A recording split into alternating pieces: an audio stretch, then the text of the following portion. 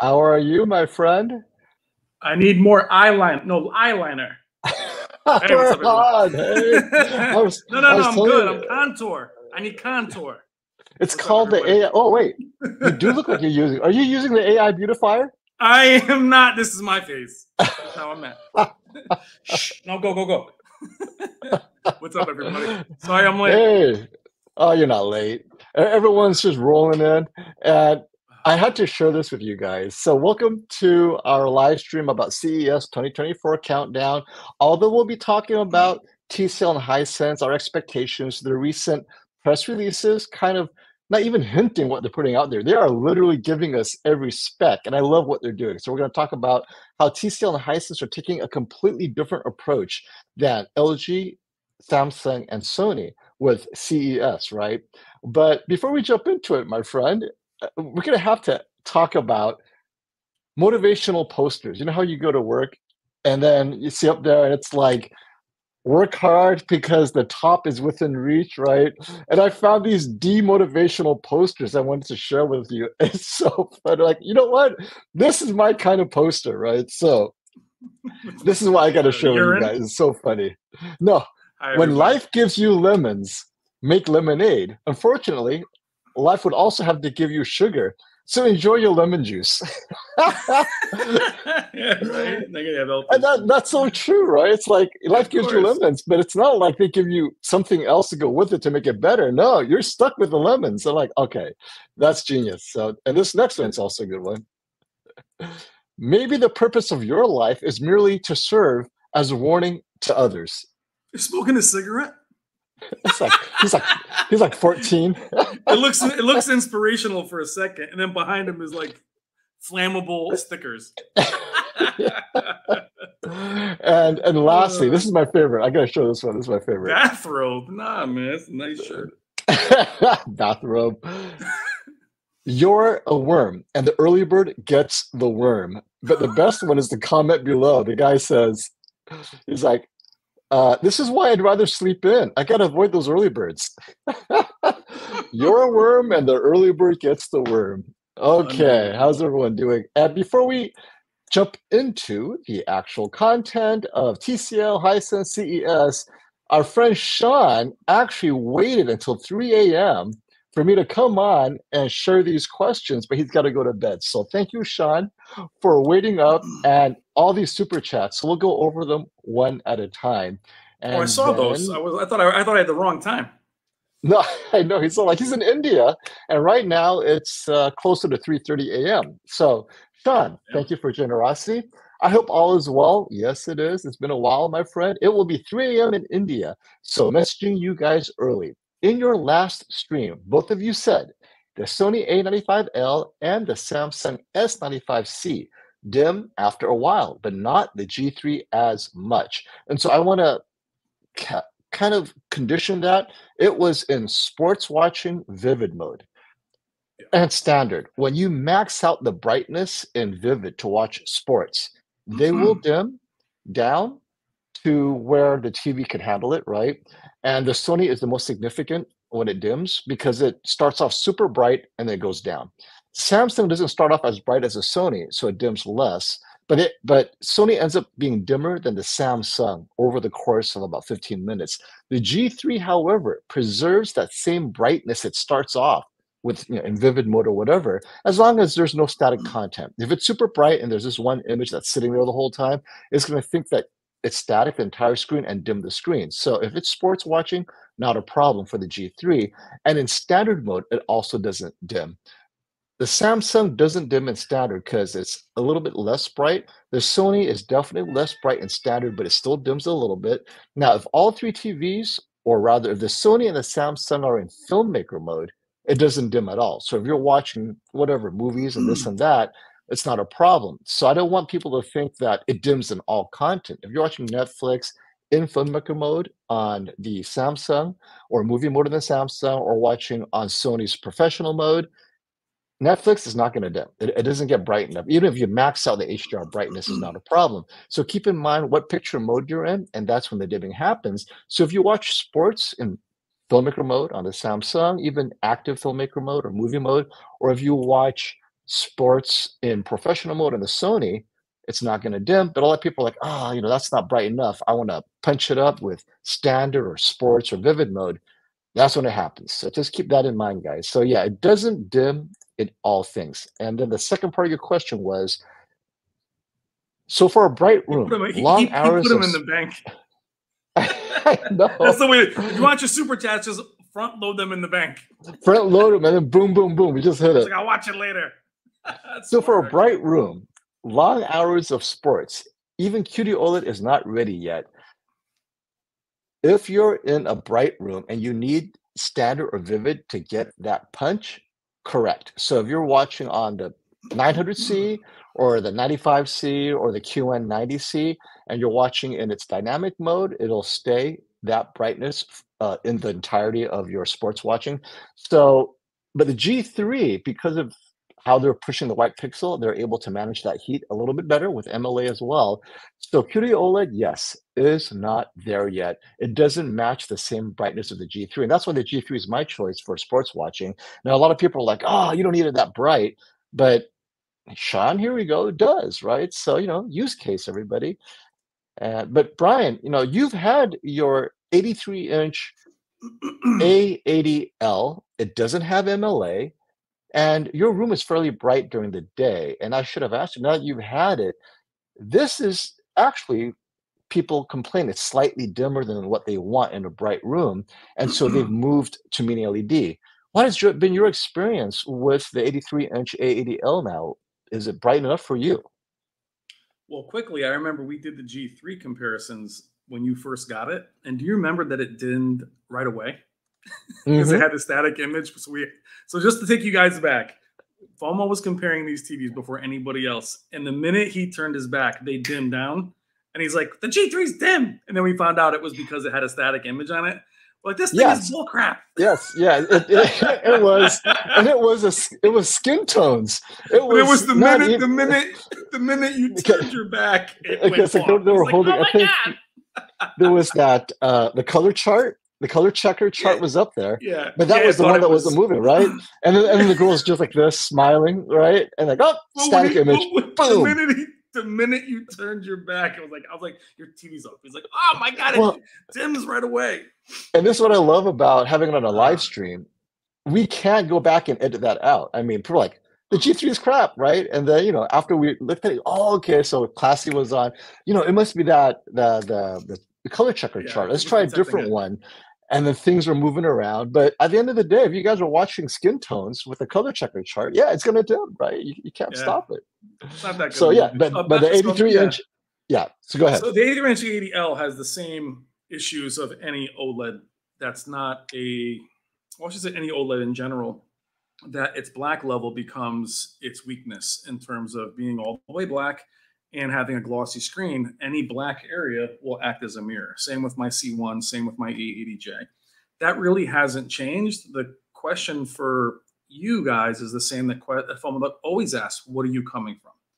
If you're coming from a very bright LED, it may bother you. I haven't found the A80L to not bright enough, but I've never really felt a ton of brightness was needed with OLEDs, to be honest. I never felt they were super dim since the C8. Maybe the A1E, but to me, it's been great. I love the upscaling on it. The gaming on it's actually quite good, simply because the picture quality is that good. But I'll tell you, FOMO, going home last night with my PS5 and putting it up to my C1, it's amazing.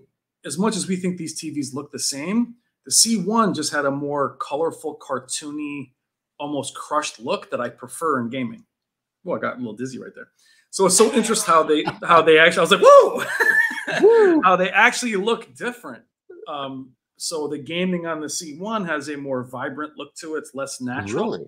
And here the A80L is a natural look. And if you guys saw my short with Avatar, it looks 3D.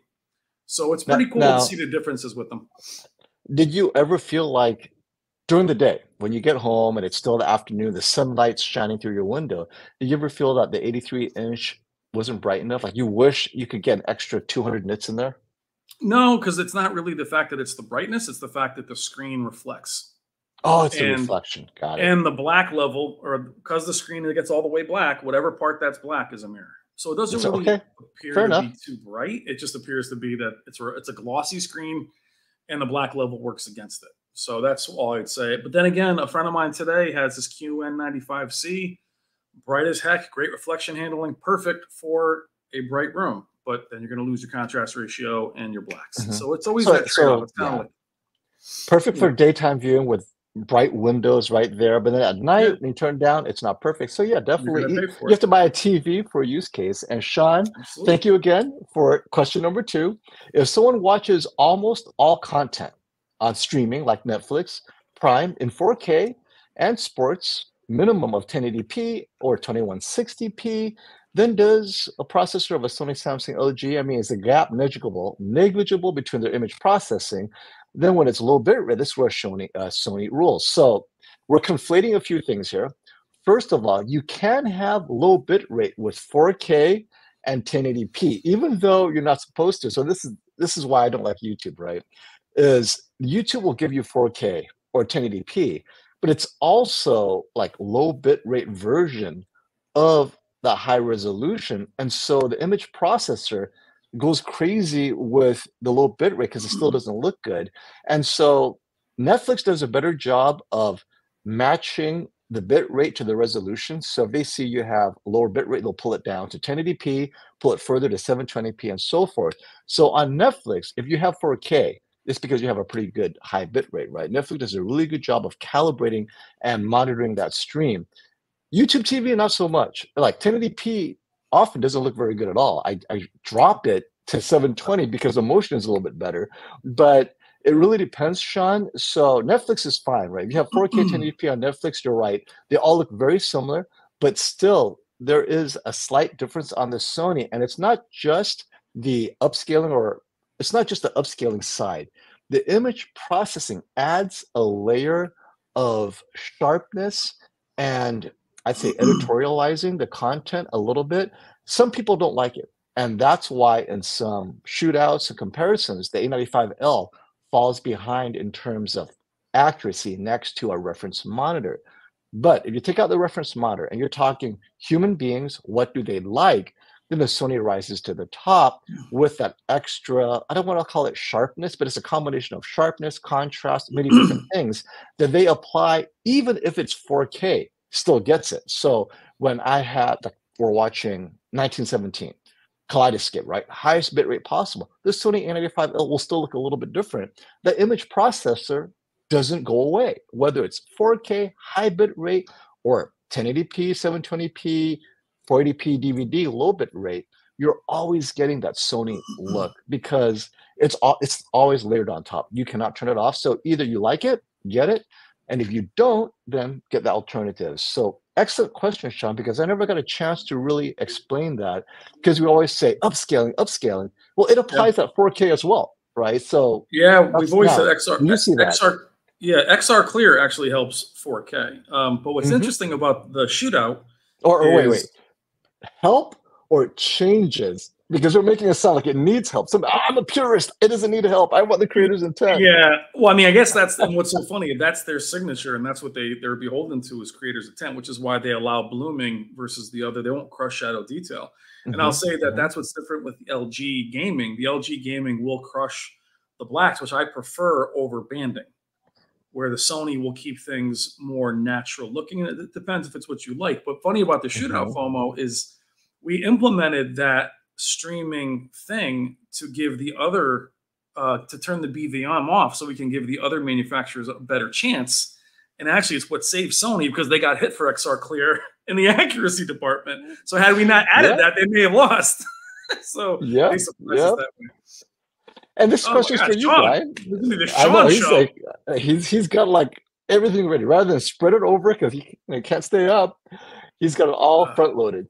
Brian, during his initial yes. Q900C review, had Mhm. said it takes a few upgrades for 8Ks to shine. We're talking about firmware upgrades. So we saw the Q900C literally within weeks of its release back in March, right? And we compared it to the Yeah. S95C, and the S95C matched it or killed it. It was crazy, the brightness It's of the yeah, S95C it's at the time. And so you said when yep. you saw it, because you saw it early as well, it'll take a few upgrades for this 8K TV to shine, and that's what November 1310 upgrade did. It made it have better details with brightness intact.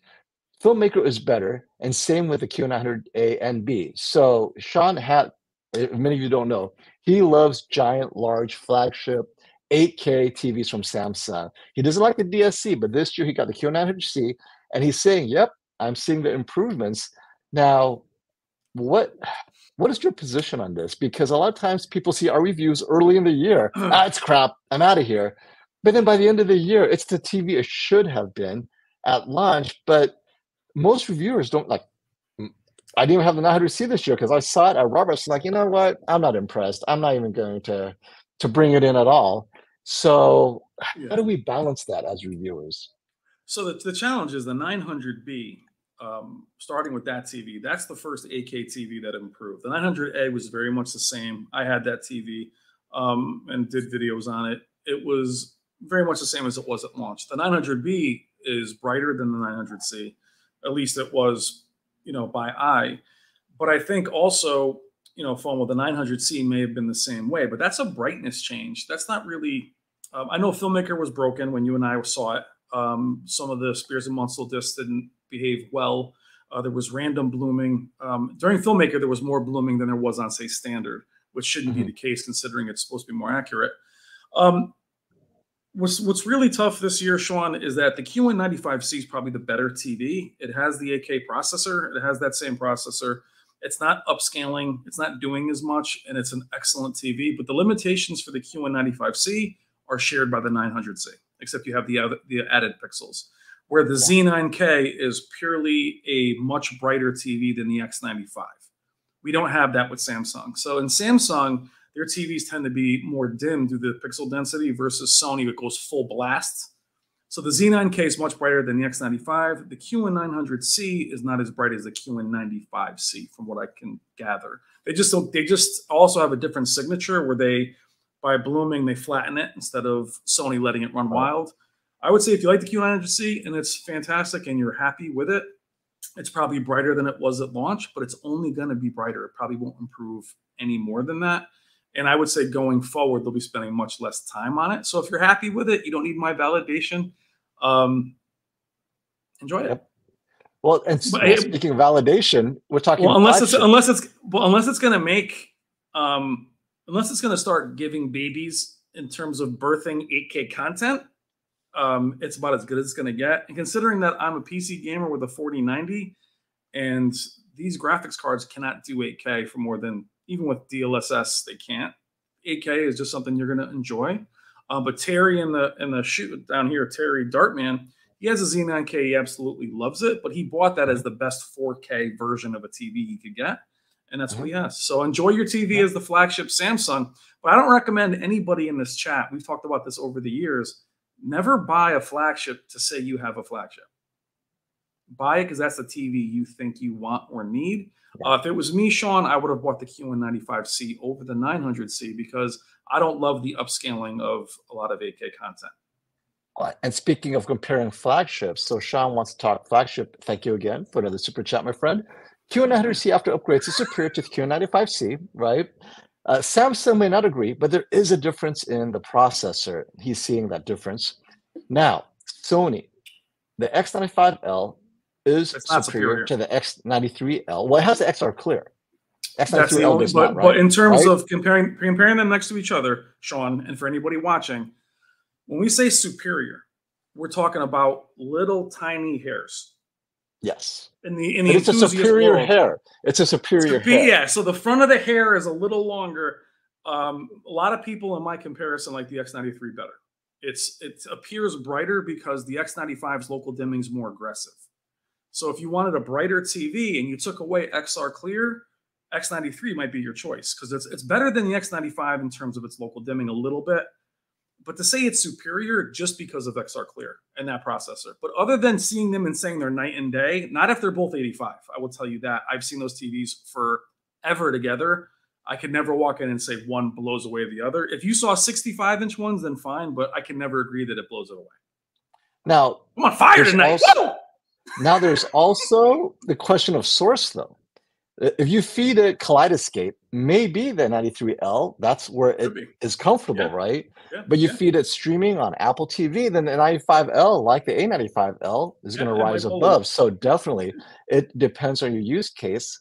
I mean, we could make a U8K look better. Just what is the use case? And we hit that use case, and boom, it comes alive. But so, what's the real difference? I'm fired up Our tonight. I'm warning flagships, you guys.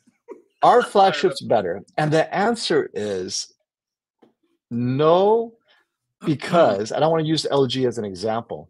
The G3 this year is LG's flagship, right? Yeah. M3 is not its flagship. It's the most expensive because of fancy technology, but it's not its flagship. The G3 has the MLA. However, the G2 had a different processor, a different color algorithm. I guess it used the year before.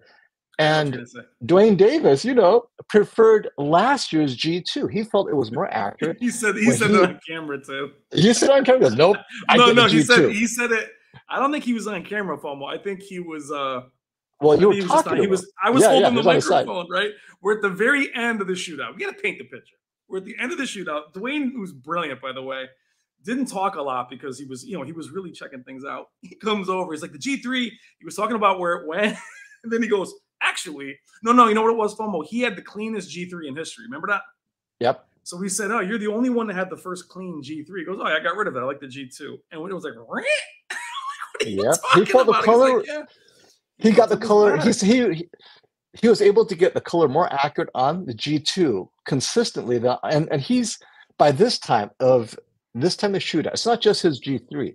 He's calibrated many G3s, and at the end, right? Let's say 100 G3s, 100 G2s. The G2s were better to calibrate, the colors more accurate, but that was his preference. Some may disagree, but the MLA is brighter, and he recognized it. But he goes, but when it comes to SDR color accuracy, and he thought the G2 was better. So it's flagships. Go ahead. Yeah, but it might also be what you're saying about how XR Clear, we prefer it because it doesn't over sharpen like NVIDIA, the Shield. No, it didn't over sharpen, right? But if you have that eye, like a couple of guys did, they didn't like it. So right there, that clearly shows that he may like the older processor because it looks more natural. It's doing less. And I've seen some content where the A80L is like, I was watching the show The Terror, which is an older 1080p show, and the A80J had no dithering. It was just dark. It looked fine. My A80L was pulsing.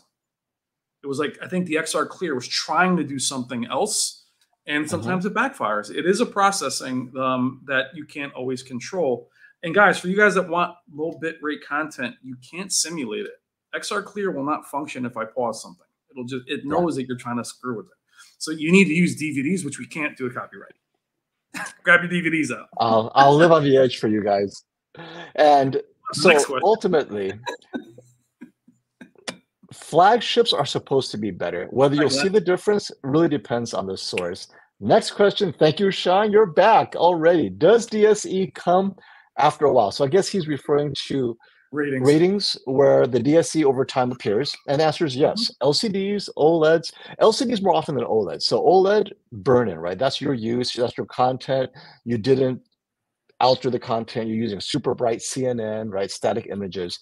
DSE on the LCD, however, is splotchiness that just appears over time because your panel sucks. And this is a panel lottery. No judgment, FOMO. Panel lottery, right?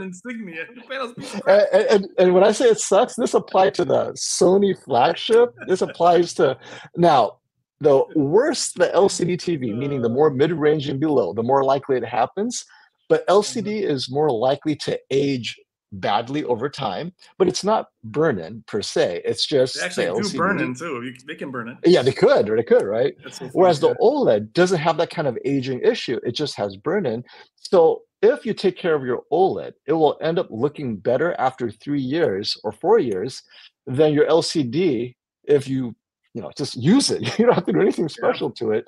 So, but it doesn't happen to everyone on every TV. So it's definitely something that if you follow the pricing, right, the more you pay for in terms of LCD flagship, the less likely it's to happen, but there's no guarantee it won't.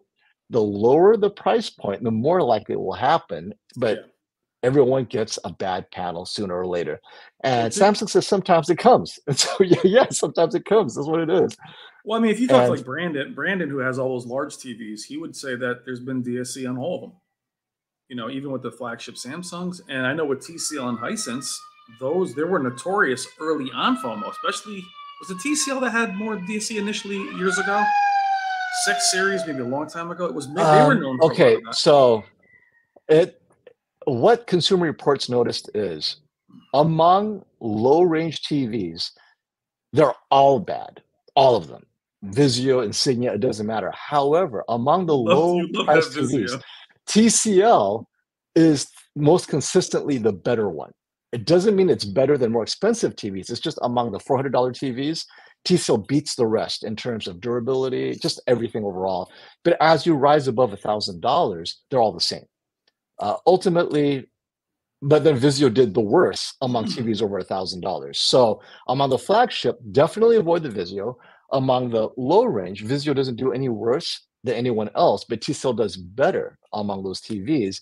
But this takes us to what we're talking about right here. Sean, he loves his Q900C. And then a few months later, there's a dark patch, and this is the flagship 8K. And so yeah, just like the 900A and B, now the C is like, he got the bad card, right? And this is a man who's been loyal. I feel it's time to shift to Sony. Sean, I recommend I went through 12 of them. Believe me, it's Samsung's, right? No joke. Oh, well, Samsung, So Sean, dead pixels, a lot of problems with them, a lot of times. Let's have fun. I mean, we've seen your journey. 900A, 900B, now you're on the 900C. I think 3 straight years of Samsung flagship is enough. Next year, let's have fun and go with the Sony X95M. Let's see what I do, right? Or if there's a Z9M, Z9M, if it comes out, maybe, who knows? If Sony has an 8K mini LED next year. But yeah, let's go with Sony, see what happens, right? I mean, you're buying a new TV every year anyway, so definitely, let's have fun. And before he went to bed, he said, Sean, thank you again. 2023 was a great year in terms of TV technology. Are you okay there? Did you forget to pay for the bronzer? Stay outside! I'm getting swatted. I know. It's Sean about his 8K TV. Go ahead. Yeah. 2023 was a great year in terms of TV technology. So will 2024 be only minimal tweaks here and there and more relevant for TCL and Hisense to bridge the gap with the top 3? So this is what we've been discussing, and it's a great segue into today's video. 2023 was a great year for OLED fans, for sure. And X95L, great year for Sony fans of an affordable Sony, the X90L, in my opinion. That's like, wow, rose to the top. Now, what will 2024 be like? Are the big 3 going to relax, rest on their laurels, and let Hisense and TCL bridge that gap? I will say, so this is what I'm going to say, and this is why we're talking Hisense and TCL today. I believe that OLED technology, both QD OLED and W OLED from LG Display, they're going to take a break in terms of the core panel technology, but the TV makers, Sony, Samsung, and LG, will continue to add layers of processing because they saw what Sony did with XR Clear. They saw Sony did an amazing job. Samsung and LG will focus on those additional value propositions, right? Maybe we'll try, like LG tried last year with the Picture Wizard that was not impressive. Maybe they'll change up the Picture Wizard, right? Maybe Samsung will do something, and Sony may add their own Picture Wizard. So there's going to be a lot of software work to make the existing core technology look better, because I think where we are with QD OLED and W OLED, there's still a lot of work to make what we have now better. And on the panel company side, Samsung Display, who produces a QD OLED, and LG Display. Samsung Display, they're focused on making money. I know they probably feel that QD OLED is good as a core panel. Let the TV makers do what they need to do. Software, features, whatever. We did a great job, but we need to make more sizes. So they're going to focus, and they've already announced, if you saw my video yesterday, they're going to focus on smaller sizes, specifically the PC monitors, right? It's not addressed. They need a 4K 32-inch. They're going to make that because there's growth there. So they want to focus on that growth, which we talked about many times before. Where's the growth? It's not in the 83-inch. There's no growth there, not at $5,000, right? The growth is in the smaller, affordable PC monitors that gamers are buying. So as far as QD-OLED Core and WOLED, LG is doing the same. They're focusing on pleasing the PC community, gaming community. So There's their that money. leaves, yeah, that's where the money is. It's blue ocean right now for them. And that leaves Hisense and TCL to focus on their core LCD technology. They're like, you know what, OLED, we leave that cost advantage to Samsung and LG and Sony to a certain degree. We're not going to play there. We cannot get that price advantage, but we can get the price advantage in mini LED and LCD. And this is where we can bridge the gap with size, right? We're going to give you something that's so good compared to your 5-year-old TV, but it's going to come at 20 inches larger. So you can choose an OLED that's 20 inches smaller for the same price, or our TV at 20 inches larger. And then that's what you're saying is, will people notice that difference? Well, if you're coming from a CRT, like an old TV, oh, you'll love this big, awesome TV. If you're coming from an OLED, you will stay with OLED. And so, but that's my prediction. Who knows? I could be completely wrong. That's why we go to CES, right? Oh, that's why when you go to Best Buy and you see the Sony, they call it the Sony Pad. So Samsung has the flagship in the middle, and then it has right now it's the S95C, Q195, and it goes so on and so forth. Sony does the opposite. Sony puts, right now at Sony, is the A80L at 65, X90, X95, and then the A80K, well, no, A80L, the big, cheaper 85-inch without local dimming. That one is always the biggest one they put there. When you glance down, you see the price of the 65, and immediately you say to yourself, well, this one's massive. And they buy that one. So they do it the way you're talking about. Get the lesser TV at a larger price. But to your point, when you get it home, it's a lot like those LG TVs at Costco in the very front. They're not bright. Local dimming is not there. But they don't know the difference. They're just happy they have a big TV. And again, we're this enthusiast group that's still a very small group. Absolutely. Hey, thank you, Sandman, for the super chat. What do you think about modular TVs? Small panels put together to make a big one. So, this is the micro LED solution, right? Micro LED, small tiles. You put enough of them together, and they form this giant 4K 120-inch TV.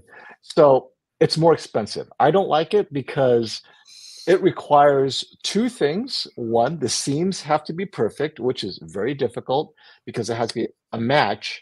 Secondly, you're going to have white point differences among every screen, because we know this is why you don't share settings for calibration, right? Because every TV is so different. Each TV has their own innate white point out of the factory. You have to calibrate it properly. You can't share calibration points. So can you imagine when you have, let's say, 8 or 9 or however many tiles, you have to first, will the tiles match after you calibrate them all? Because it will require calibration. That's calibrating literally 9 or how many tiles, 9 times. That's not cheap. And then you add on top of that, even after calibration, they still might not match up, right? If you have DSC of one tile, like, you gotta replace Can you imagine, that tile. We lose our mind over one stuck pixel out of millions. Could you imagine being like, that middle one is a little dimmer? Yeah. It's a little dimmer. And those of us that have seen, those of us that have seen them in person, we've seen micro LEDs. Samsung had non-panel ones on their whole floor. I saw the actual micro LED in the UK that is panel. The problem is it looks like it. Now on YouTube videos, when you see there's a really cool video where the guy puts them in and they light up. Everybody in this chat would see those seams from even 12 or 13 feet away. So as cool as they are, and I think the one FOMO at TCL is a fabric, and it looks like fabric. So I mean, they just, I want it, but the ones I want are the ones you want, FOMO, the actual TVs. They call it the monolithic tile, just one big one. And they're one big TV, and I have a video of FOMO walking through them. They're awesome, but they won't tell you what they are. You don't know what's underneath it. It might be a car engine. I have no idea. But they look cool. This guy cranking the lights. He's like, put it down. It's like the QD OLED at that time. So Tyler. Hey, Tyler, I see your question. Nice I see your question. Thank you, buddy. Hopefully, I see your super chat. If you have a question, we'll look for it. Now, let's say hi to everyone. Finally, we're caught up, and I see the regulars. Lisa, Scott is here, and the fact that he's still here means that he resolved his $500 super chat that was meant to be $5. So his wife let him back on. Thank you. Yeah, thank you, Scott, for coming on. What's up, everybody? And hello to all the new people who you've never seen our live stream. You know, we focus on TVs and enthusiasts, but if you're not an enthusiast and you don't know what HDR nit is, it's okay. We don't judge.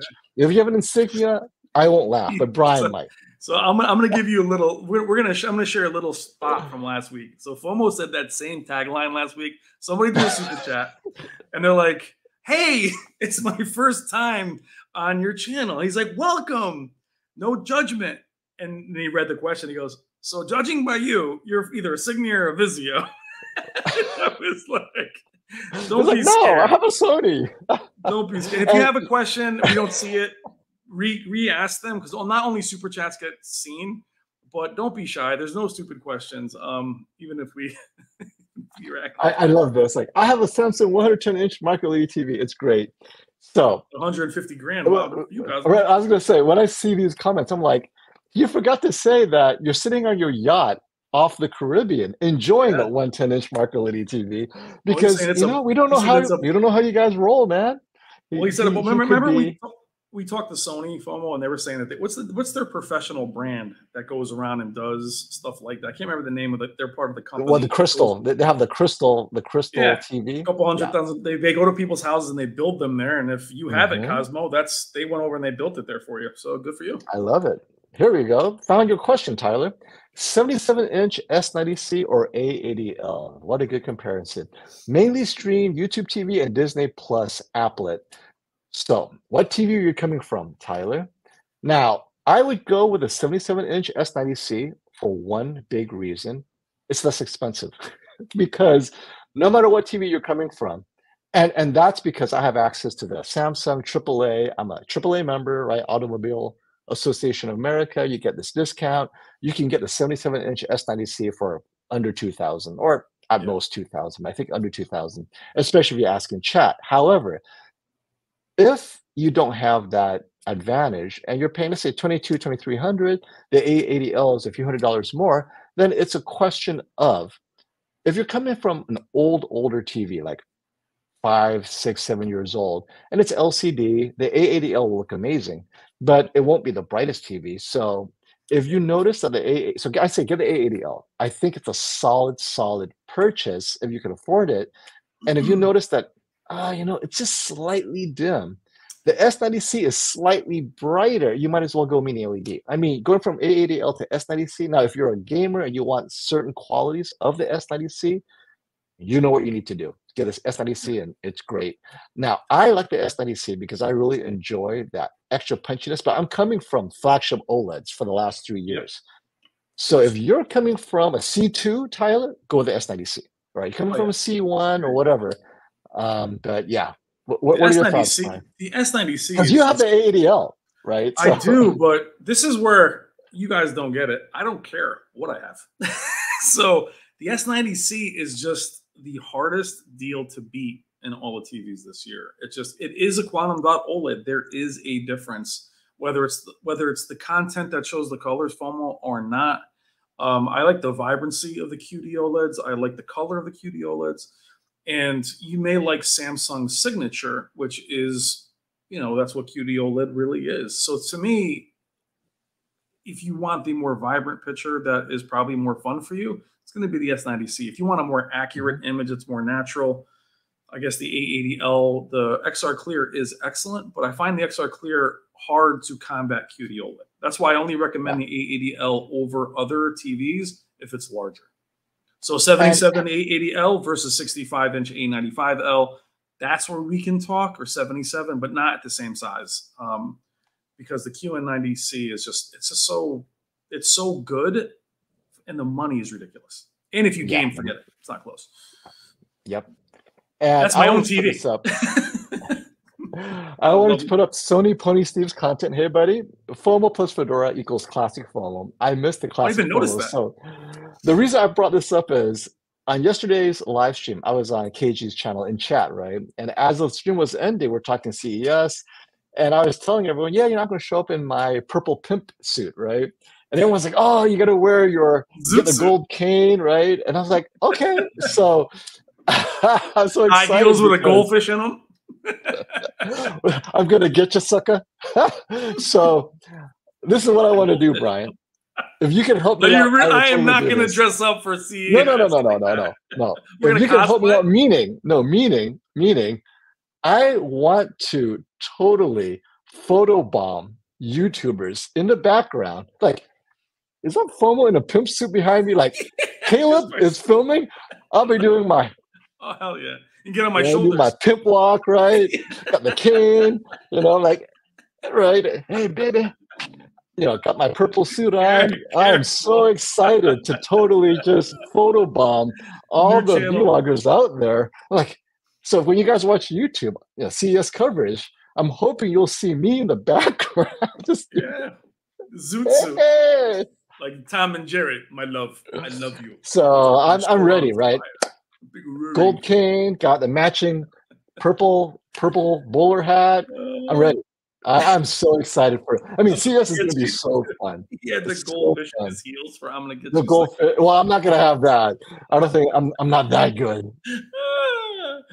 Oh, it's going to be so much fun, guys. You will love our okay. CES is so nerdy and so techy, which we kind of are. You got to bring some fun and style to it, right? Which I think we could do. So yeah. Hey, Jess. But now, wait, before we get to Jess's question, how are you going to dress up, Brian? What's your theme? I'm going smooth. Jock, I'm not going to jock. What is it? Born in the USA? Show up in your Mustang? I'm gonna wear a suit.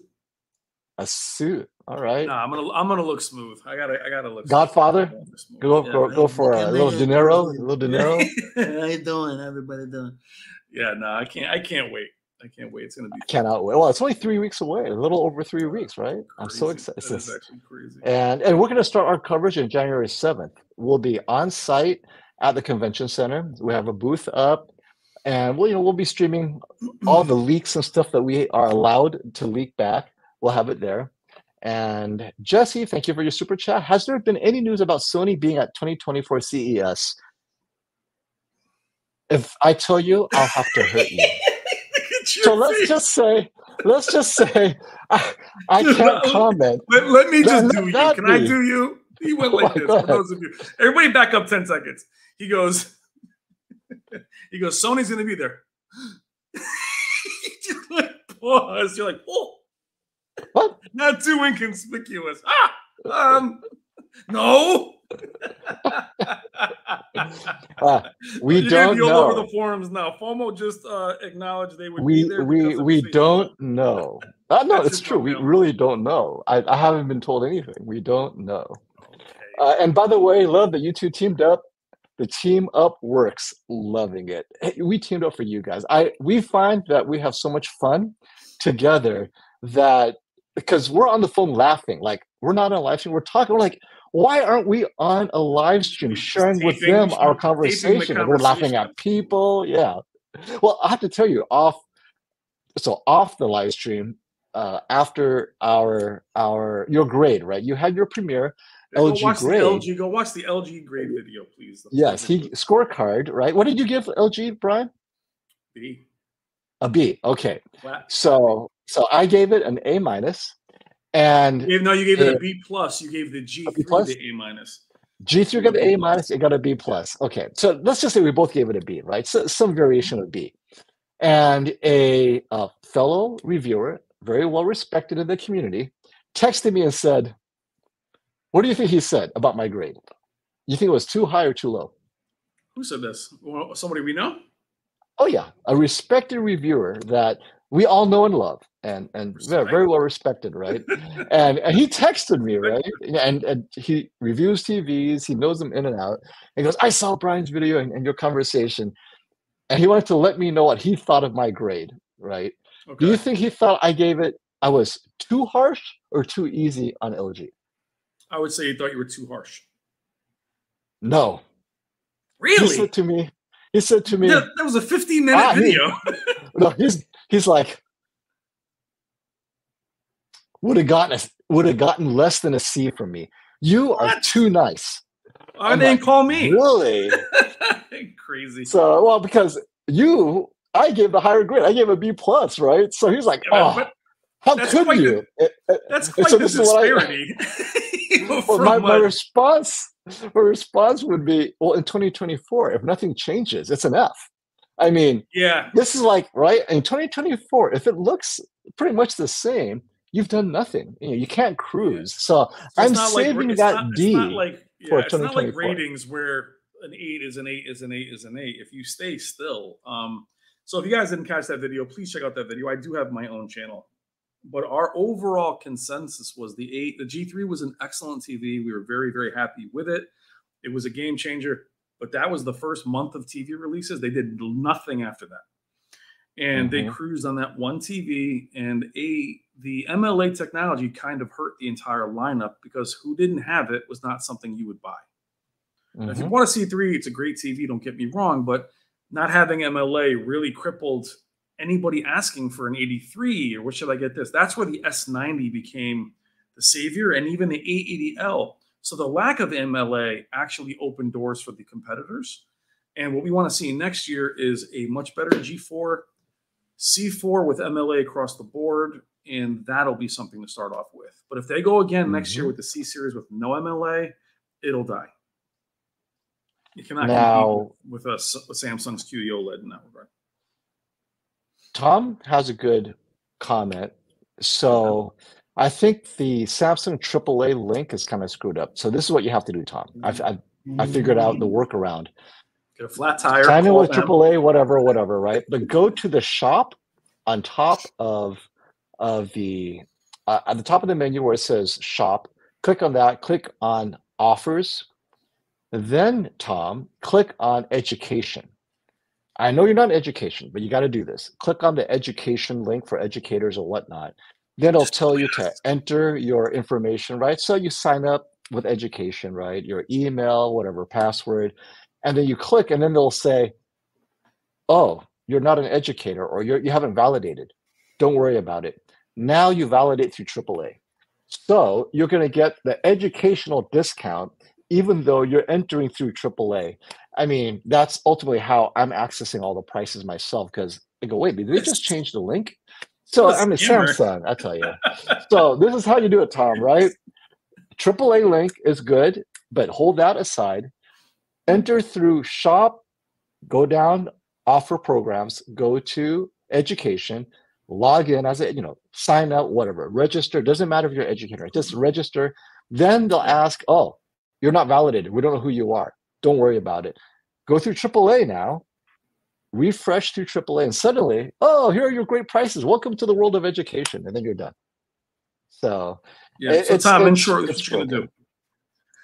So what you're going to do is you're going to go into that link, put up your fake master's degree, your PhD, pretend you're a teacher, put an apple in front of you, and you're good to go. And they'll never check. You're good to go. I have to say, I did, those who don't know, because she was talking, Lisa is part of a family of entertainers from Hollywood. Did you know that? Yes. Her dad was on an episode from the 60s, yes. I'm name dropping because I know Lisa. Columbo, baby. Love them shows. Absolutely. All right, let's move on to the next super chat. Thank you, Ernie. I have an 85-inch QN98 looking to upgrade to an 83-inch S90C or an A80L. There is no 83-inch S90C, otherwise Brian would have bought it. Well, there is. It's called the S89C. Oh, okay, no, I take it. Wait, actually, I take it back. There is the 83-inch S90C, but it's not QD OLED. It's W OLED. And so if you're going to go with an 83-inch S90C in air quotes, because it really is a W OLED, then I'd go with the Sony A80L. Yeah. So my bad. It's not QD OLED though. No, and sorry, Ernie, I wish we could speak on it. Its quality. I've never seen it. So I don't know if it has the same gaming features as I'd imagine it would. If it has the same game bar, if it has 144 hertz, I have no idea which processor it has. I would say for you, Ernie, very hard to go down from 85 to an 83 though. Please make sure. But here's the problem. Here's the problem Ernie will have, and I think you could speak to this. He has a QN98, which is a very bright TV. So Ernie, if you're used to watching hockey on the 85-inch QN98 in a bright room, you're in dynamic mode, you are not going to get that level of brightness on the A80L. So you got to have light control. Yeah, I will say, Ernie, if you're somebody who's watching the Q90A and say filmmaker, it can look very dull, as we saw with M-Wave. If you're watching that in standard or one of those more punchy, neither one of those OLEDs, even a Quantum.OLED, might struggle to keep up with if you're watching it that way. I just would like to know. To me, the 85 Q90A is only a couple of years old. Why are you upgrading from 85? Yeah, look, I'm not judging. We upgrade every year, but my thing is that the 85 in size, unless you're really close, you're going to feel the difference in size too. And so, since you're looking at $4,000 money, right? The 83-inch 80L is around a little over 4. The 83-inch S90C, however, is under 3,000. Again, educators, right? Program offers and whatnot. Currently at just under 3,000, just over 3,000, depending on your program offer. That's a good deal. But if that's your money, waiting till 2024, because I assume your Q90A is still working. If it's not working, okay. If it's still working, you might want to go to a 100-inch. That's an upgrade. Now you got size and brightness. Yeah. What? I mean, now. True. Yeah. I can never recommend going smaller. And then keep in mind, the Q90A being a few years old was not bezel-less. So the S90C is practically bezel-less. It's going to feel a lot smaller, actually. Yeah. So I would say I cannot recommend going down. And here we have smaller TV. Hard to do. ColecoVision. Oh, ColecoVision. You know, I preferred ColecoVision to the original Atari. I thought the games were better. The controller, it looked like PC. I mean, the ColecoVision looked like it was real. It was basically arcade perfect. It was few steps Donkey Kong. Oh my god, I loved it. Atari was like a box. What are the chances of MLA or QD-OLED 83-inch? None, or very slim, but probably not. Also, we know LG has 88-inch panels, but they're 8K. So no chances they're going to drop in price. There's just not a volume. $30,000. Yeah, it's bad news. I apologize. And ColecoVision, just to give you the money for your super chat, ColecoVision will give you more money worth. We've been prodding and asking everybody in person, like, hey, what do you think? Trying to trick them. There really is no indicator of any 83s coming. A couple LG slip-ups, maybe, that you might see a C series at 83, maybe having MLA, but no whispers of QD-OLED being that big. Because they're rather put out. Think about this. Why put out one QD-OLED at 83 FOMO when you can put out 9 monitors for that price? And Lisa wants to get us in trouble again. Will Sony be at the upcoming CES? And the answer is, honestly, I don't know. Well, actually, we can say it this way. They were there last year. They were there last year. So Sony is going to be there. Will they be there with the TV? That, we don't know, but they will be there. Will they be there with Magic Underwear? AI? PS5? Yeah, PS5. Yeah. You'll see a car. They're definitely going to be there. But if you guys look at them I'll tell you this emphatically. They won't be introducing any TVs there. Right? Because what they did last year, we thought was a weakness, is a masterstroke. They had their own event later, and their TVs came out later, and they became all we've talked about. And everyone thinks we're Sony shills because, it's Sony, Sony, Sony. Well, guess what? The last Samsung that came out was what, FOMO? What was the last Samsung model that came out? QN95? Yes, QN95. Okay, I reviewed that TV. Yeah, 4 months ago.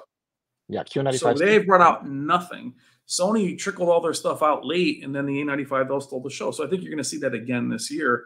And they're not going to release another A95L next month. It's going to end up being at the end of the year. So that worked for them, and they stayed in the news. XR ruminated. And then also A95L cast that long shadow over everything else the whole year. It's going to do the same thing this year. Lisa just wants to get us in trouble. Thank you, Lisa. And what a great segue. We won't be at CES. We'll be home. I know. Rejected. So great segue. Great comment. Safe. Yasser. Can we talk more about modern TV shows and movies that don't utilize the full potential of QD OLEDs or mini LED, instead dimming all the scenes and spectacular highlights? Otherwise, why bother buying these TVs? So yes. So this is what we talk about all the time. The capability of the flagship TVs, X95L, QN95C, the G3, doesn't matter, right? The top of the top, the best of the best. Most content treats you like you still are buying a TV from 4 years ago. And that's why all the things we're talking to, 10,000 nits brightness, 5,000 nits brightness. Yeah. The content doesn't even come close to that. So you're absolutely right. Can we talk more about how modern TVs and TV shows and movies don't utilize it? So we talk about this all the time. Here's the issue. It comes from whoever the director or the boss is, right? If the director has any say in the final brightness, first of all, if it's for theater, there's nothing they can do. Theaters are capped, right? I mean, you're in a theater, it's SDR. You're not going to have HDR in a theater. It says Dolby Vision, but the reality is it's not that bright. It's just brighter than what it was before. So when a director, producer, the studio, when they're thinking of the movie at the theater, they already know how they're going to grade it to fit 90% of the projectors out there, right? They don't want tone mapping. It just, boom, it works, you're done. Now, once that content goes to Blu-ray and streaming and whatever, now you have the home movie team, right? Their job is to author it and regrade it for Blu-ray or whatever with the capability of the TVs in mind. And so this goes to the studio's foresight. Do they do what Mad Max did and assume that one day you'll get a nice TV and then grade it to hit these max brightness? Because Mad Max, you're in the desert, you have the sun, you have explosions, it fits. But most movies are dramas, like Netflix, right? If you break it down to romance, comedy, whatever, romance and comedies, you don't need, it doesn't make sense. But fantasy, sci-fi, then the question is, in those fantasy, sci-fi, explosive movies, why are they limiting that HDR impact? And it's because of workflow as well. I mean, maybe it's too expensive. This gets into the inner workings of Netflix, Prime, the studios. So until we demand, even if we all have the TVs, what is it? If you build it, they will come. They may not come. If we all have these amazing TVs, will the studio deliver? Maybe. Brian, what are your thoughts? Because I don't have any connections directly to that creative side of the industry, but this is the sense I get. And say, if I'm not going to say that you're not right, but I will tell you this, it's better than it's ever been. What I mean by that is we've had 720p and still do 720p cable boxes since the beginning of time. 1080p has been around for how long? 4K was around for how long? Now, these new Godzilla show, I think Zack Snyder's new movie just came out.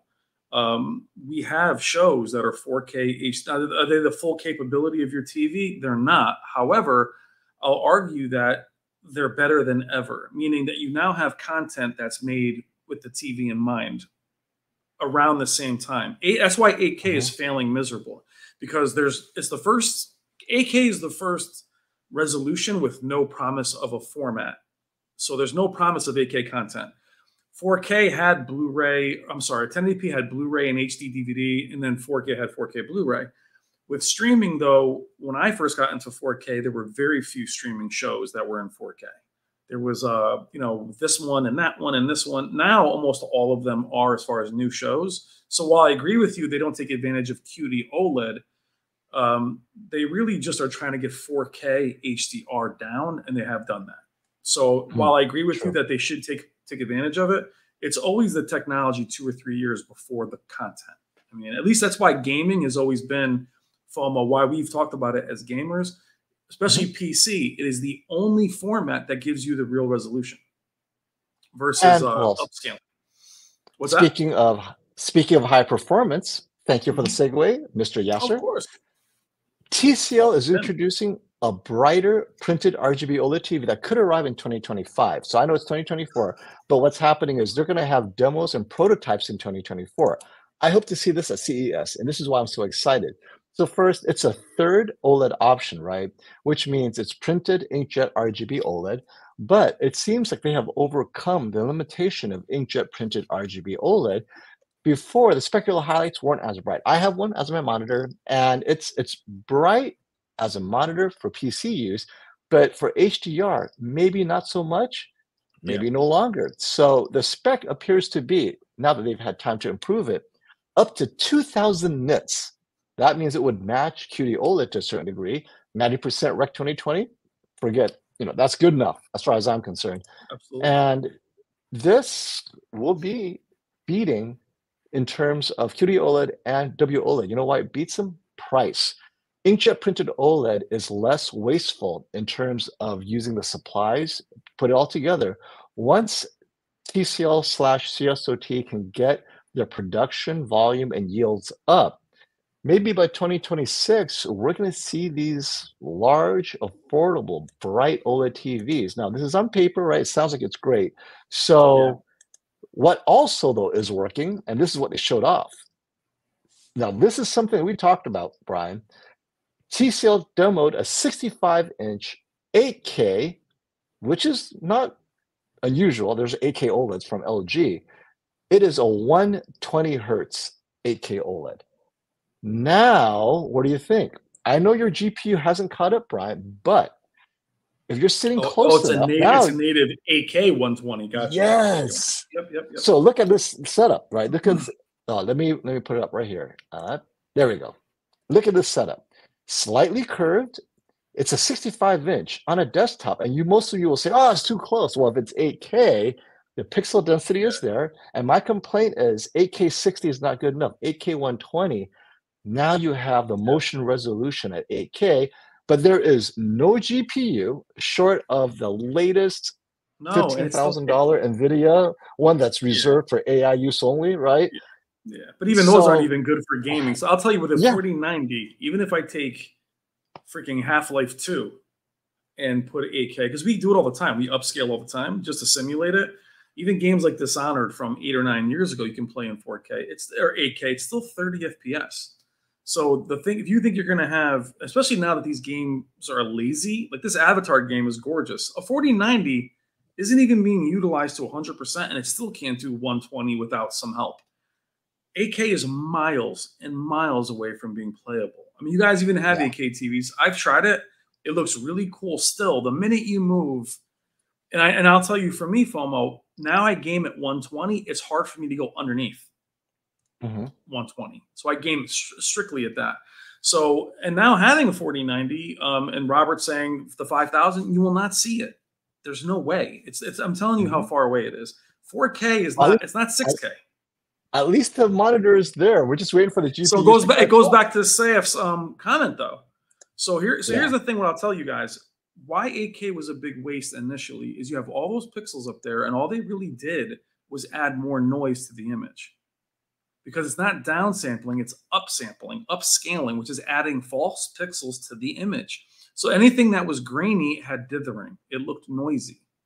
So unless you're running native 8K content, it wasn't clean. So it's very, very, very far away. And again, for those of you that, now, I can't game at 30 at all, or even 60 now. That's how I'm telling you. So I know that 8K is not something I'm interested in. Even for very, very old titles, it doesn't run fast enough. I love that TCL is announcing they're going to start mass production of these type of OLED panels in the second half of next year, which is, so when I say second half, it's probably like, I don't know, October, November of 2024. This is why it's important. LG Display and Samsung Display has a heads up. If they take a year off, in 2025, this will be out. But 2026, they're going to scale it up to more TVs. So LG Display and Samsung Display, if they take a year off to just focus on what they need to focus on, by the time they start up their innovation, TCL will be up and running in 2026 with this TV. Now, this is not to say, we don't know about DSC, we don't know about uniformity, but this is so great because it keeps LG Display and Samsung Display from just saying, we got the market wrapped up. This is TCL, man. These guys are aggressive, and this is so amazing to see. So it's interesting in the market for pharmaceuticals, right? You have exclusivity and you have patents, and they last 12 years, whatever. The minute that concept is out, before you even have a patent, somebody has already taken it apart. So these TVs, QD OLED, these companies have already pulled it apart, taken the film off, and identified with it, which means that they've already worked on it long before we realize it. So if they're showing you this, it's already done.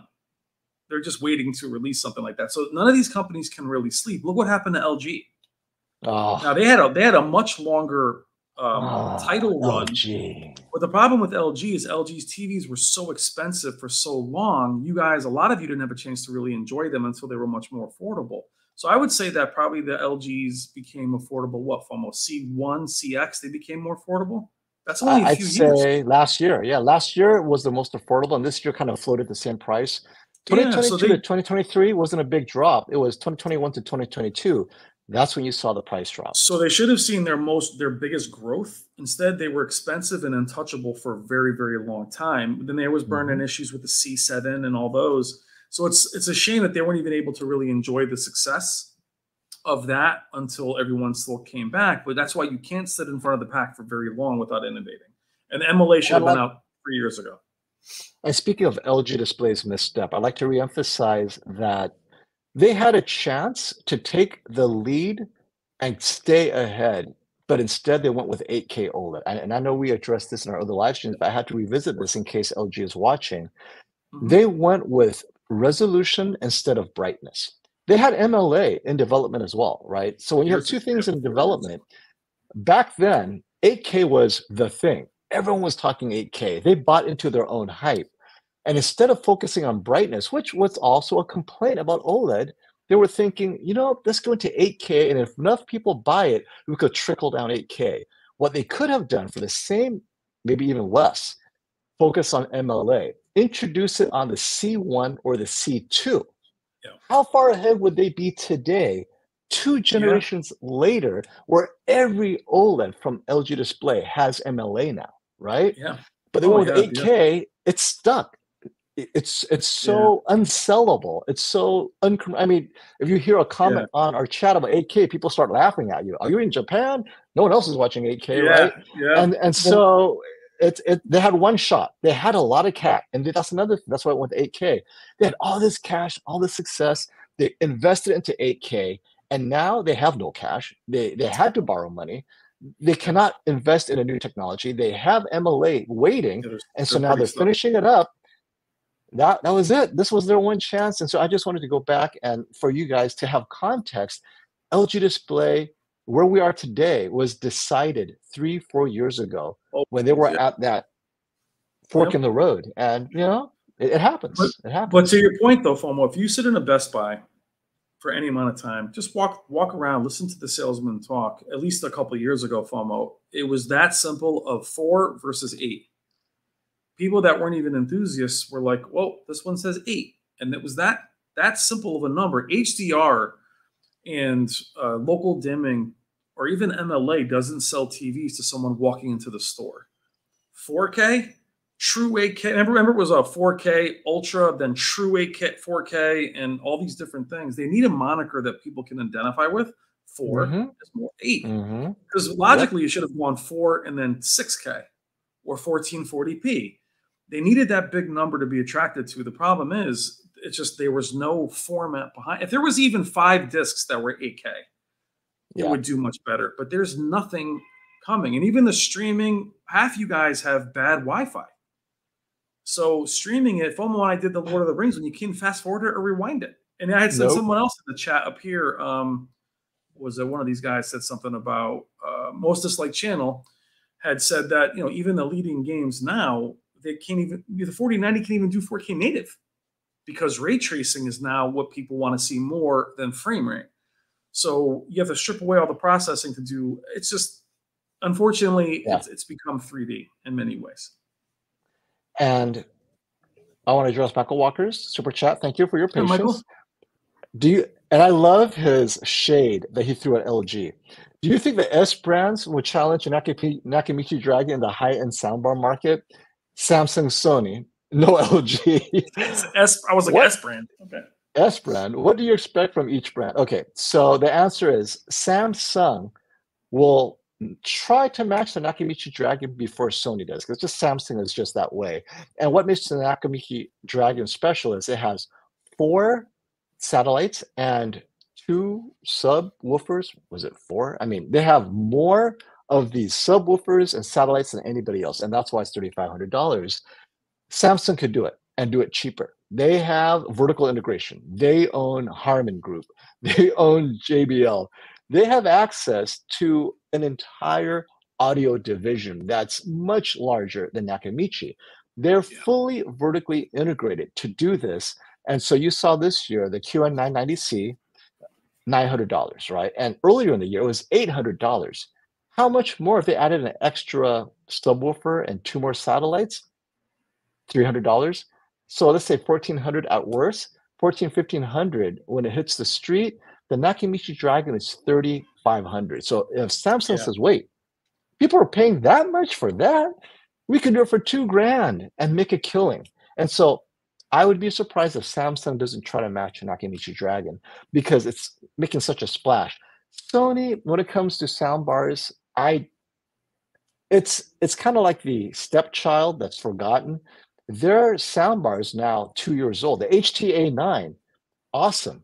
That was their last awesome project, and we haven't heard a peep in terms of successor because Sony doesn't upgrade every year. They're not used to that. Their cameras every 4 years. Their TVs, they're in utter culture shock. They have to upgrade their TVs every year now, right?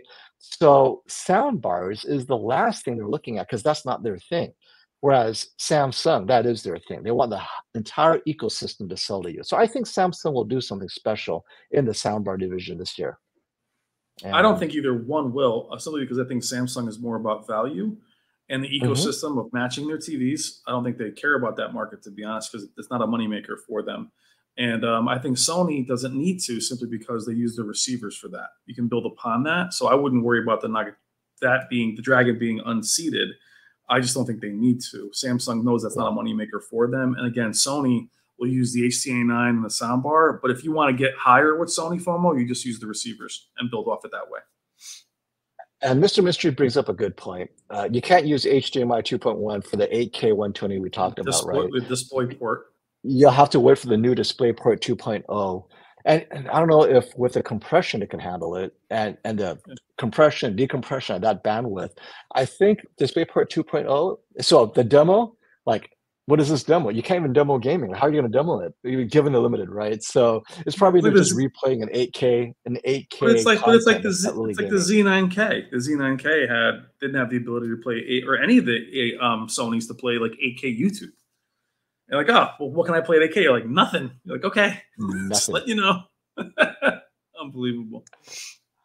And just real quick, so that's what's in the horizon for TCL, right? This next generation OLED that's going to start manufacturing in 2024. We're going to see amazing TVs in CES 2025, and likely you'll see those TVs by 2026. So Samsung, LG display, you got 2 years. Now, what about today?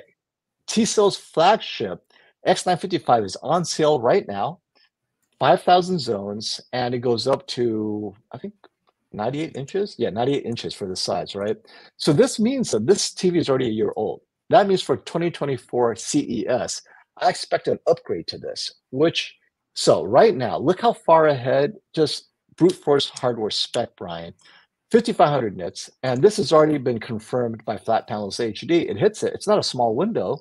It's quite a large window. It's a 5% window, but it hit it.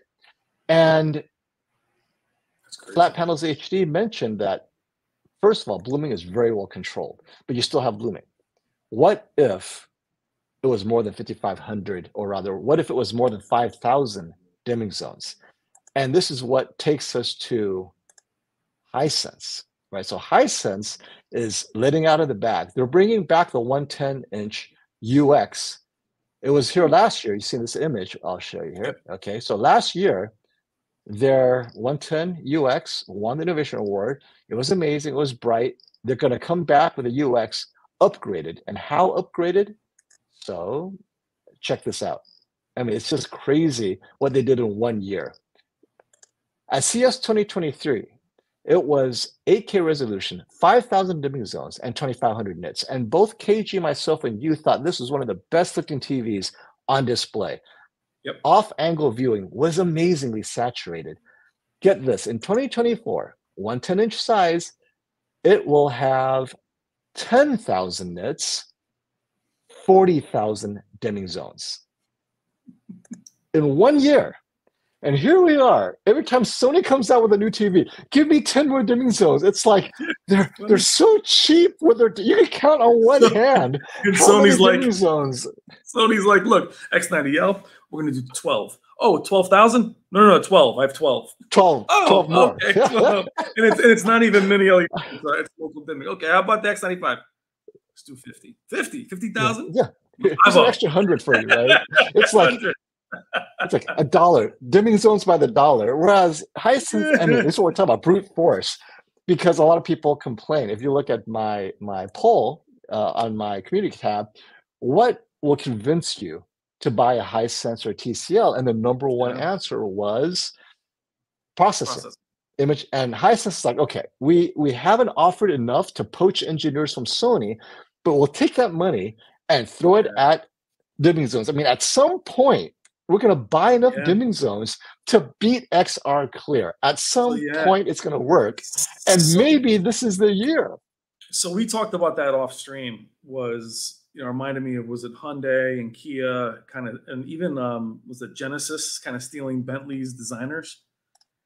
And the car is looking better than, the competition. But again, the hardest thing to steal is those engineers and those guys doing the processing. Those are the highest paid, most dedicated employees of a lot of these companies. A lot of these companies from Sony, especially, those engineering teams have been there 30 years.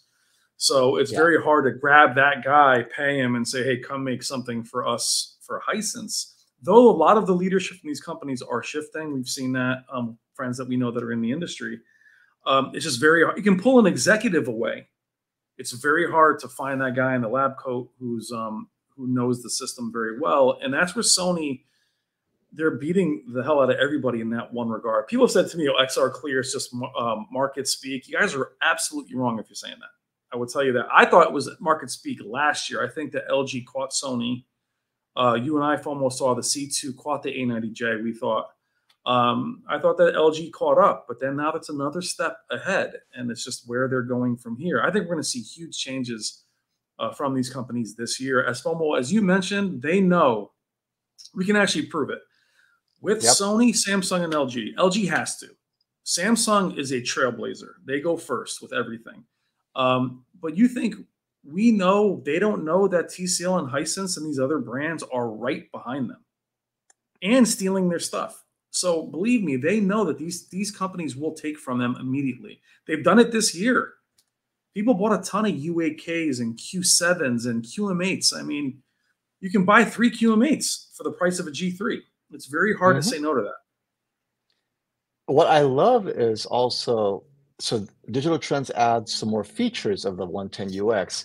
It's not just about dimming zones and everything, right? I mean, look at this stuff. Anti-glare film, 1.28% reflectance rate. These are the little things that give you wide viewing angle, saturation, and it's this eye for detail that I want to see in the end product. But the fact that they're sharing all of this before CES has even started, I know more about what's going to come from Hisense and TCL than any TV maker. And even when they do share anything, it's like you're on embargo and you can't even tell anyone there's an embargo. So let me ask you, I want to ask you guys in the chat, because we can talk about this all day, but it comes down to you guys buying. And I know Getty G-Man, I think, is in here. Is that this year more than last year between TCL and Hisense, the TVs were better made. They felt higher quality. Not just the picture quality was better, but are you guys, forget about just the processing, can you get over the fact that you're buying one of these TVs? Because all year long when we reviewed them, there was always people saying, I'm never buying that thing. It's cheap. It's this, it's that. Are you guys, even with all the stuff we're talking about, you're still going to have to get over that threshold of brand loyalty and brand prejudice? Are you going to be okay making that purchase? A lot of people say that until it's time to buy, and they're like, and that's why so many people wander back to the X90L or Samsung. Yeah. So tell me in the chat if you're willing to. Let us know. In the chat, let me know. Are you ready to buy a TCL or Hisense? And I have to say, they've really upped their premium game. Because we know, like many people mentioned, I want to get a U7K. I want to get the Q7. Yeah. At under $700, untouchable. Untouchable. The question is, at over $3,000, can they do it? And this is something that I wanted to ask everyone, including you, Brian. So last year, my number one complaint of the 110 UX directly to Hisense is, why is it 8K? He's all excited, right? He's like, don't you want 8K? I go, no. I wouldn't want 8. I know it's 110 inch, but I know what you did to get me 8K. You're spending more energy, and to get it this bright, you have to use way more energy. You would use less energy and get it brighter with 4K. And I'm thinking to get it to 10,000 nits, maybe they dropped it to 4K. And if they did, that means they listened. Like, they actually listened, right? And so my question for predictions, because I don't have any inside scoop, I predict it's 4K, this 110 inch. And now it could be 8K, which would shock me at 10,000 nits. I think they had to go to 4K to get you 10,000. But that's my thoughts. But Digital Trends doesn't know. He said they didn't share that with them either. So now we're all wondering, what do you guys think? 4K or 8K, Brian? 4K. I mean, I think they recognize that it's the energy. Well, 8K, we talk about that just with if you're going to try and sell out of the country, 8K is still a hard sell. You're going to have to release at a lower brightness. I would say it's going to be 4K. But 4K 110 versus but I love the fact that the U8K was their 100 inch. Instead of Sony having the X90L at 100 or 98 inches, they're like, no, our flagship is 100. I like that better than having a larger TV of less quality. But look, I had an opportunity to get the UX. I reviewed it, and that same TV was shipped to the shootout. I easily could have bought that one and had it shipped to my house. It's still, can they beat OLEDs? And it's still something that many LEDs have to get back to. They have to actually beat OLEDs that have that, other than just size, I think, to make someone like me buy one. And that 100 inch is really about the size impact now, right? Because your choices are either TV or projector. Projector. But then, as we talked about, at least with a projector, you can always replace that projector and get another one. TVs at 100 inches, guys, they're just very hard to get rid of. So that's your TV for good. I don't keep TVs long enough for that. Yeah. And thank you, Dylan, for being so patient. Hi, Dylan. I have a 75-inch 60T. All right, so that's a Samsung. Wanting to upgrade to QD OLED or MLA OLED, but have been holding off for the bigger than the same 77-inch, right? So he's at a 77-inch size. Now, the good thing is the 60T isn't super bright, right? The 60T didn't have mini LED. And so you actually, that was from, what, 2020? 2020? Oh, yeah, T. Okay, gotcha. Yep. Yeah. I think so, yeah. Right. And that I think the 60T didn't even have dimming zones. I think it's edge lit even.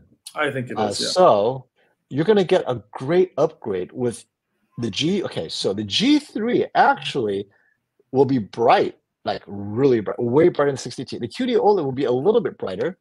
I'd say go with the QD OLED only because Samsung to Samsung, you're used to the whole Samsung. What is it? The Samsung Plus, Tizen, all that good stuff. Yeah. Or should I keep waiting? Or just buy the 77-inch 895L. I wish I was in your shoes. You're not going to get larger, obviously. You're going to stay the same size. Well, he's going up to 77. He's going to get contrast, amazing contrast over the 60T. Just amazing contrast. And the specular highlights will just blow you away. I think the upgrade is worth it to go to QD OLED. Oh, yeah. I mean, Dylan, the 60. S90C. Yeah, I mean, if you were saying that was a 75-inch Q8 FN or a 90, even an 80, I'd say, but you're talking about local dimming, contrast ratio, and you don't take any hits to brightness, as Fum was mentioning, and you're going bigger. I actually am very envious of your position because you're going to have a size upgrade, which you can feel it. Trust me, 75 to 77 is different, and you're going to have a picture quality appreciation on every single level. So yeah, don't hesitate. Make that. I don't know what you'd be waiting for, unless you want to go 83. But I would go now. Go now. Man asks, any glimpse about blue phosphorescent OLED at CES? We don't know what Samsung Display will show with us, but we locked in our visit with the team at Samsung Display. We're gonna get to lift their skirts annually, and this is the time of year to come by and see what's down there. And it's going to be hopefully if they show us anything, blue folded, interesting, so they'll probably have the two next to each other so you can see the difference. The reality is I don't know how it's going to look on a TV. I know they're testing it, they're validating it to see if it's good for TVs, but they're really right now they're doing it for smartphones and tablets right now. They're putting it into the direct view RGB technology.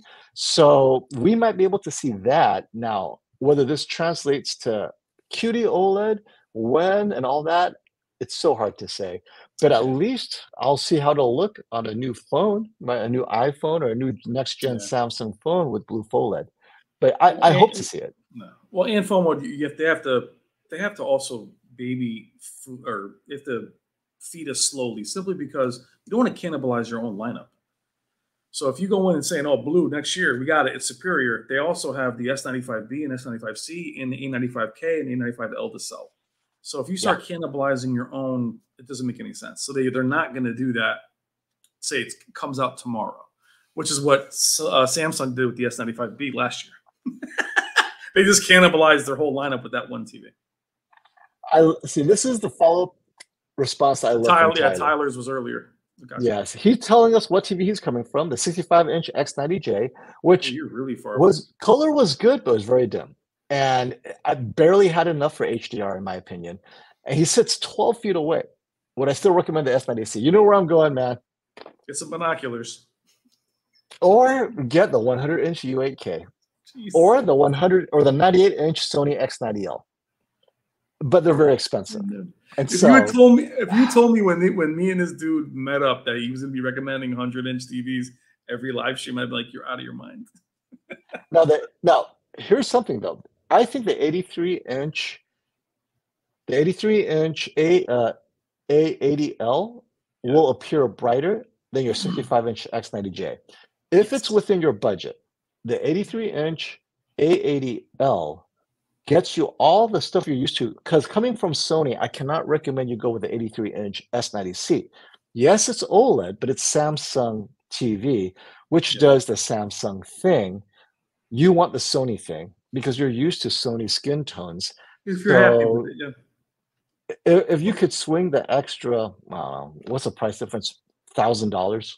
It's just unfortunate. So much more than the 8380L. Otherwise, the S90C is fine. It's not inaccurate because Samsung over the last 2 years have proven that they do want accuracy. They're not punching things up.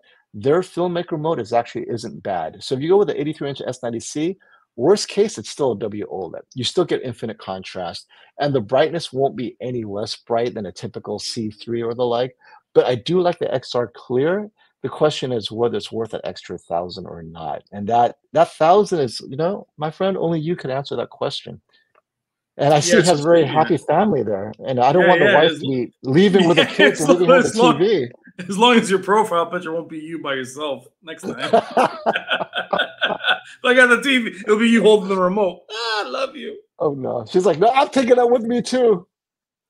Let us know what your budget is, and we can dive a little bit deeper, my friend. Hey, James, thank you for that super chat. I like that LG has gaming mode that works well. Does Hisense or TCL have anything like that? Boy, you really like it. Wasn't Samsung or Sony.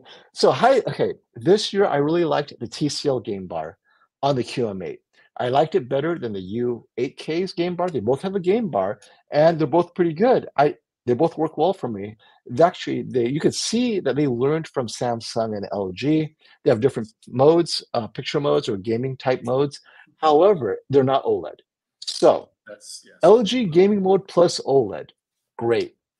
Hisense TCL, at the end of the day, it's still LCD. You're not going to get the contrast. SDR will be bright, but Brian, you're the gamer. Well, James, I'll say this. You had the TVs. Yeah, and James, this is why I don't have an LED, because I reviewed the QN95C, the Z9K, the X95, all these TVs that are something I can buy, Q900C. I would go home to my C1, which is not bright at all, and it would crush them all just with gaming picture quality. And someone argued this on my stream. Any LED takes a hit in game picture mode. The local dimming is just not, someone said they test those out. They're not as effective. They turn the processing down. So yes, the local dimming, the local dimming is something you can access now because they turned that off a couple of years ago, James. Samsung started that. But dynamic contrast is disabled with Hisense and Sony. And I think Samsung has it, but it doesn't do anything. So in order to have the best picture game mode, you have to go with OLED. So yes, they have these settings, as FOMO was mentioned, but those are just for FPS counter and wide mode. They're useless as far as I'm concerned. It's really how does it look? And my C1 with the PS5 looks incredible. So that's why I haven't upgraded it. So I would say if you like LG in the gaming mode, get another one. Hisense TCL have nothing like that in terms of, unless they go with OLED, which they are going to, but not the next year. Now, if you're coming from an LG QNED or an LG Nano Cell, yes, I doubt the it. CES Hisense will kill it. But yeah. Otherwise, but that opens it up for you if you are coming from LG and you like what they do. That's where the S90C will creep in, because they have an even better game bar with more presets and 144 hertz. So that's probably where you would upgrade. Yes, Michael, I forgot. I didn't even think of Sennheiser, but I'll tell you this. So Sennheiser is a traditional audio company. They took a while to upgrade or refresh. So they have that new Ambeo where you can add multiple subwoofers. At most, they will enable you to add satellites to it, but they're not going to introduce an all new soundbar system, I don't believe. I think Sennheiser sold themselves. I think their home entertainment was sold because it's really hard to make money. And this is why you got mergers and acquisitions, is these companies are struggling, right? And so with its limited resources, it's just going to ride the sales of these existing Ambeo soundbars until they can make enough money, pay down that, the ROI on what they've invested the last several years on those two soundbars before they add yet a third one. What they would probably do is find a way to update their firmware so they can then just add satellites and more subwoofers. So I don't think Sennheiser is going to do anything this year, maybe next year. Because, these guys aren't known for refreshing every year. Well, and FOMO, we learned even at M-Wave, seeing all of these amazing speaker companies, they don't make a lot of money. So it's so hard to keep them in, because people don't buy speakers every year. You can have, my speakers are old as hell. Some of my surrounds, you can have BMWs that are 20 years old. So they just don't have people. A lot of foreplay. People say, I want that, but I should get an amp, but I don't know if I need the amp. So they don't buy the way. That's why companies like SVS do so well, because they're so affordable. But these very high-end brands, it's such a hard thing to sell and make money. Absolutely. What's up, Christian? Hey, Christian. We saw him at M-Wave. Hope to see you back at M-Wave, Christian. And for many of you, if you go to M-Wave, you'll see us doing our thing. Or, don't go to CES. It's just madness. Christian says, what up, boys? Can't watch live tonight, but I will catch the replay tomorrow. Going for a Christmas party. Always gone for a good party. I'd pop in and say Merry Christmas. Hey, Merry Christmas to you, my friend. Merry Christmas to you too, brother. One of our favorite ladies, Lisa, with a follow-up super chat. Well, I already asked my brilliant question. Again, Sony going to bring new TVs? And our response, no idea what you're talking about. So, actually, I can tell you this, Lisa. Sony is trying to introduce the Tom Cruise feature where he can control your settings remotely. So Sony is trying to palm that off as the latest and greatest. Now, we don't know if it's a firmware update or it's only going to be on new TVs, but that's a feature they're really proud of, where they can remotely change your settings based on the content. So Netflix is giving you a certain movie, and Netflix and Sony thinks, you know what, it's too dark on that TV.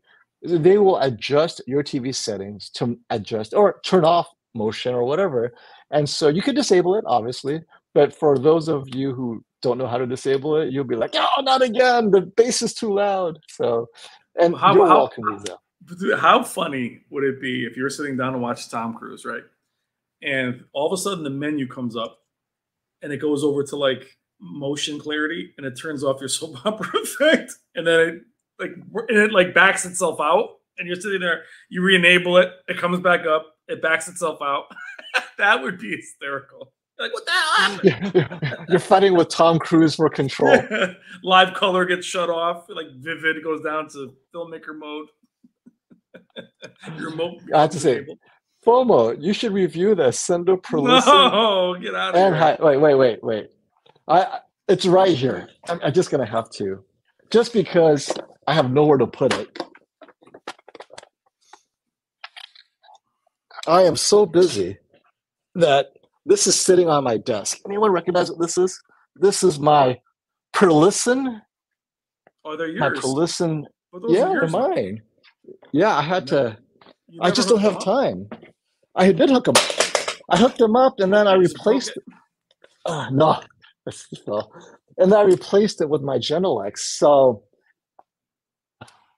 I, the reason I got that was to be my reference two-way channel Oh, speaker okay. to review others, right? Because at the end of the day, the other guys, whether it's Joe or Aaron, they do a great job with measurements. Amir, I'm close to all of them. They already do the measurements. My job is to see, okay, given those measurements, let's compare how they sound. I bought like $15,000 worth of special stereophonic microphones so I can see if I can capture the ambience of my room. So anytime you hear YouTube recordings, you're listening to the speaker and the interaction with the room. So my room is heavily treated, but I'm like, but at the end of the day, even if I can separate the different speakers by their differences, right? It's adjusting to my room. And so I have a Trinov to then further correct it. And so I'm like, is it fair for me to review these speakers, only having the speakers change, but my room and my processor correction has such an effect on it? And I was going to compare it to what I would be calling a neutral speaker, which is my Genelex, right? So I have a pair of ones, and the Genelex have their own room correction. And I'm like, you know what? And after I did a dry run, it literally took me 7 days. And the most painful part of all is when I ran it through my video editor to hear differences, I'm like, it's so subtle. Yeah. It wasn't worth it. I could not do a review where I say to you guys, you know what? I like this better. I can't. And then I compared it to the original source off the computer. I'm like, it all sounds so good. I cannot do that. So the answer, I'm sorry, is I can't do it. Well, and the thing is too, is there's so many channels doing speakers. And look, Robert at Value Electronics would love me to do all their speakers. I can't convey it to you. So even if I could, most of the music and stuff is copywritten anyway. So it would be a bunch of this or that. And it's just very hard to convey. That's another thing. I had to download a whole list of licensed music, choosing all different types, and then I ran it through my spectrum analyzer to make sure I had all the different frequencies. It's a lot of work to do this. And I thought, it's so much easier to do TV reviews. Yeah. You see, YouTube can capture the differences. Yeah, and even if it can't, even if you don't film them separate or together, whatever, you can still have a discernible differences between them. Where music, I mean, I've heard the best speakers in the world, and someone's like, "Do you hear that?" And we're like, we saw that at M-Wave, especially. Many versus we thought the cheapest ones maybe sounded the best. So Tyler, you answered your own question. $2,800, go with the Samsung S90C. It is, I believe, if you are a AAA or a teacher or something like that, you'll get it for under 3,000. So I'm checking it for you right now, my friend. Let's see here. Share this. Guys, how we doing in the chat? How we doing in the chat? How we doing? Talk it up. Okay, so here we are. Okay, so this is not the special deal, blah, blah, blah. This is what it's there now. If you guys are a AAA member or whatnot, you can get it down to under 3,000, honestly, Tyler. So if you're one of those, right? And let me show you how to access that if you haven't done so. So you go to shop, offer programs, go to educational offers program, right? And see, we encountered a problem. You need more information to validate, blah, blah, blah, right? So you know what? Let me validate right now. And I'll show you what here. I'll do this on the fly. Let me take this off. Let's switch, get a drink. Quick. All right. Okay, I'm going to validate, do my AAA quick.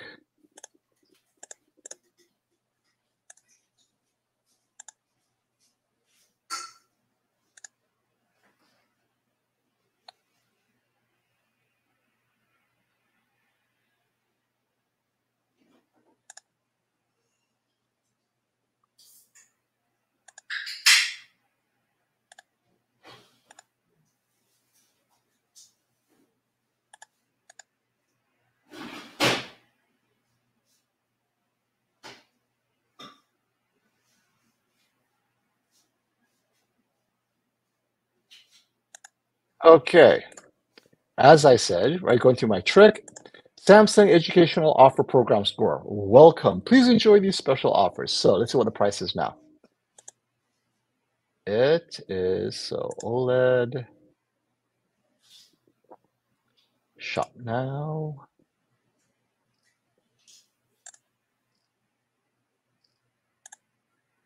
Okay. Then you go to chat. So here's the part. So now it's down to $31.49, right? You chat with the expert. They open up your chat system, and then you can start talking. And this is how you get it under 3,000. Now, whether you can get it to 2,800 is a different question. I think you can get it under 3,000. Some have gotten it to 2,800 during Black Friday. I'll tell you that. If they still have inventory available that they can move at this price, try it multiple times before you give up. So hopefully you can get it done. Let us know, Tyler, if you were able to do this. And at 9 feet away, a 83-inch TV is just fine. It works very well. You'll love it. And Dylan, thank you for following up with that super chat, my friend. Take this off. Also, I have a 65-inch S95B. So you know what OLED is like. There's something about the motion I don't like that much. Yep. Which is why I'm thinking that A97L77 over the S90C. So the A97L 77-inch over the S90C. But would hate to pull the trigger if a real 83-inch comes next year. It won't. Go ahead and pull the trigger. We don't expect a QD OLED 83-inch anytime soon, nor do we expect an MLA. However, if there is no rush, wait until CES 2024. The deals will only get better, right? So even these TVs that you're considering, the prices will drop around March. Well, Sony waits until June to really push those prices down because it's the following year, right before Prime Day.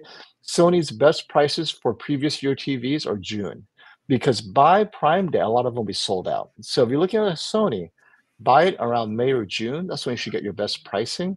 But if you're just open-minded, wait until February. We should get some TV specs, and at that time, we'll talk. So yeah, no rush if you don't need a TV right now. And of course, just buy the latest LG OLED and your troubles are gone. Thank you for that. All right, let's see what we got here.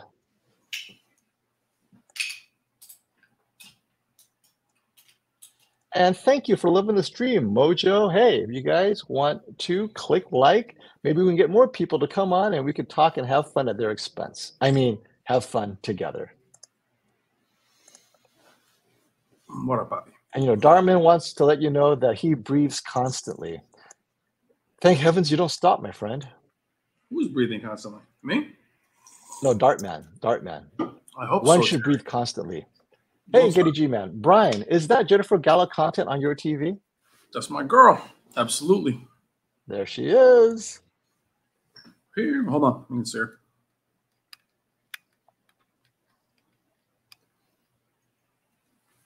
You need to see me. Watch Jennifer in the back. T. Wood has a great comment. I want to address this one. Samsung needs a total processor overhaul.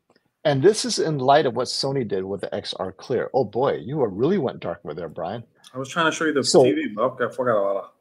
Oh yeah, I see it. Oh, beautiful. Oh, T. Wood talking some smack. You're talking bad about me. Oh, here it is. What? There you go. There you That's go. Beautiful. That's beautiful, man. I love that. We'll start doing some accents. We gotta liven up the stream a little bit. Oh, I love it. What Sony did finally lit a fire under LG and Samsung. Hisense and TCL, you see where they're going, right? They want to put out the best hardware they can, and then software will catch up when it catches up, right? It's for them, they know software is incremental. You see it improving slightly every year. So it will get slightly better next year and the year after, but the hardware, that's their strength. On the other hand, Sony's strength is just software or image processing, because they do cameras, right? High-end Hollywood cameras. They know image processing, and they want their TVs to reflect that skill and expertise. Samsung and LG this year, they saw how well Sony did in terms of reviews at the shootout. I do think, I don't know about overhaul, but maybe Samsung will put some more effort into copying Sony. You don't have to do your own thing. So this is the thing. It's okay to copy people. If Sony does a great job, tear it apart and say, what does Sony do so well? What can we do at least to match it if we They all can't copy beat each it. other. Yeah, I mean, they had Sony went and got their OLEDs. They all copy each other to some degree. Well, Brian, I think this question is for you. Mm-hmm. You're Mr. Upgrade. Bryce says, I have a U8H, which is a pretty good TV. It was my TV of the year when it was out. When is a good time to upgrade to another mini LED? It still works. Yeah, when should he upgrade? It's a modern. I mean, it's a modern TV. It's very good. The U8K was, I would say, slightly better, but it wasn't. It didn't become FOMO's favorite TV last year. It wasn't like he went from. I think initially you compared some of the TVs to the U8H before the U8H came. Yep, U8H was so good. That was the TV I used as my standard.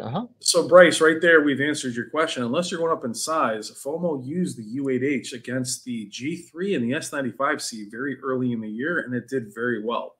So that thing was punching very much. I think it sold a bunch of U8H. Wow, U8H is great. I'm going to start buying that TV. Yeah. Yeah, I mean, I would say, again, we're enthusiasts, but the fact is, if you have – it goes back to if you're going up in size, it's time to upgrade if you need a larger TV. That's it. It's a modern.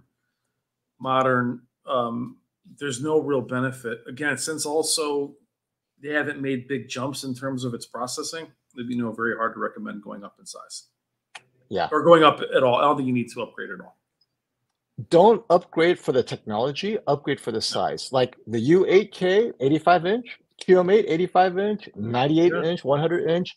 So wait until you can get the size upgrade, because the image quality, you'll be surprised how close, especially if you're streaming and stuff, how close you are already to the best. Yeah, we've seen people do that, FOMO, where they upgrade year after year, and it kind of like what Dwayne had said, he ends up not loving it because it's too close together. So you have to see a noticeable difference. That's why I wouldn't go C1 that I have at home to say a C2 or even a C3, because it's just not even worth the effort to take that TV up from downstairs for a while.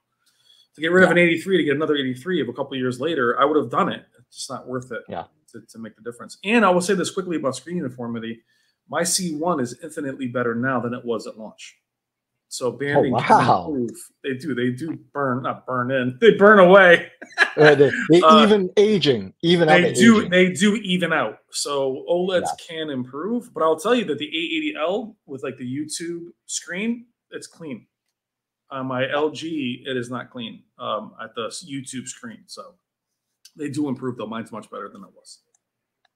And SB wanted to follow up, and I think he meant Scott. Did Scott ever get his $500 refund? So those who just joined us in the last stream, Scott accidentally added 2 more zeros to his super chat, and then all hell broke loose. His wife was packing, threatening to leave him.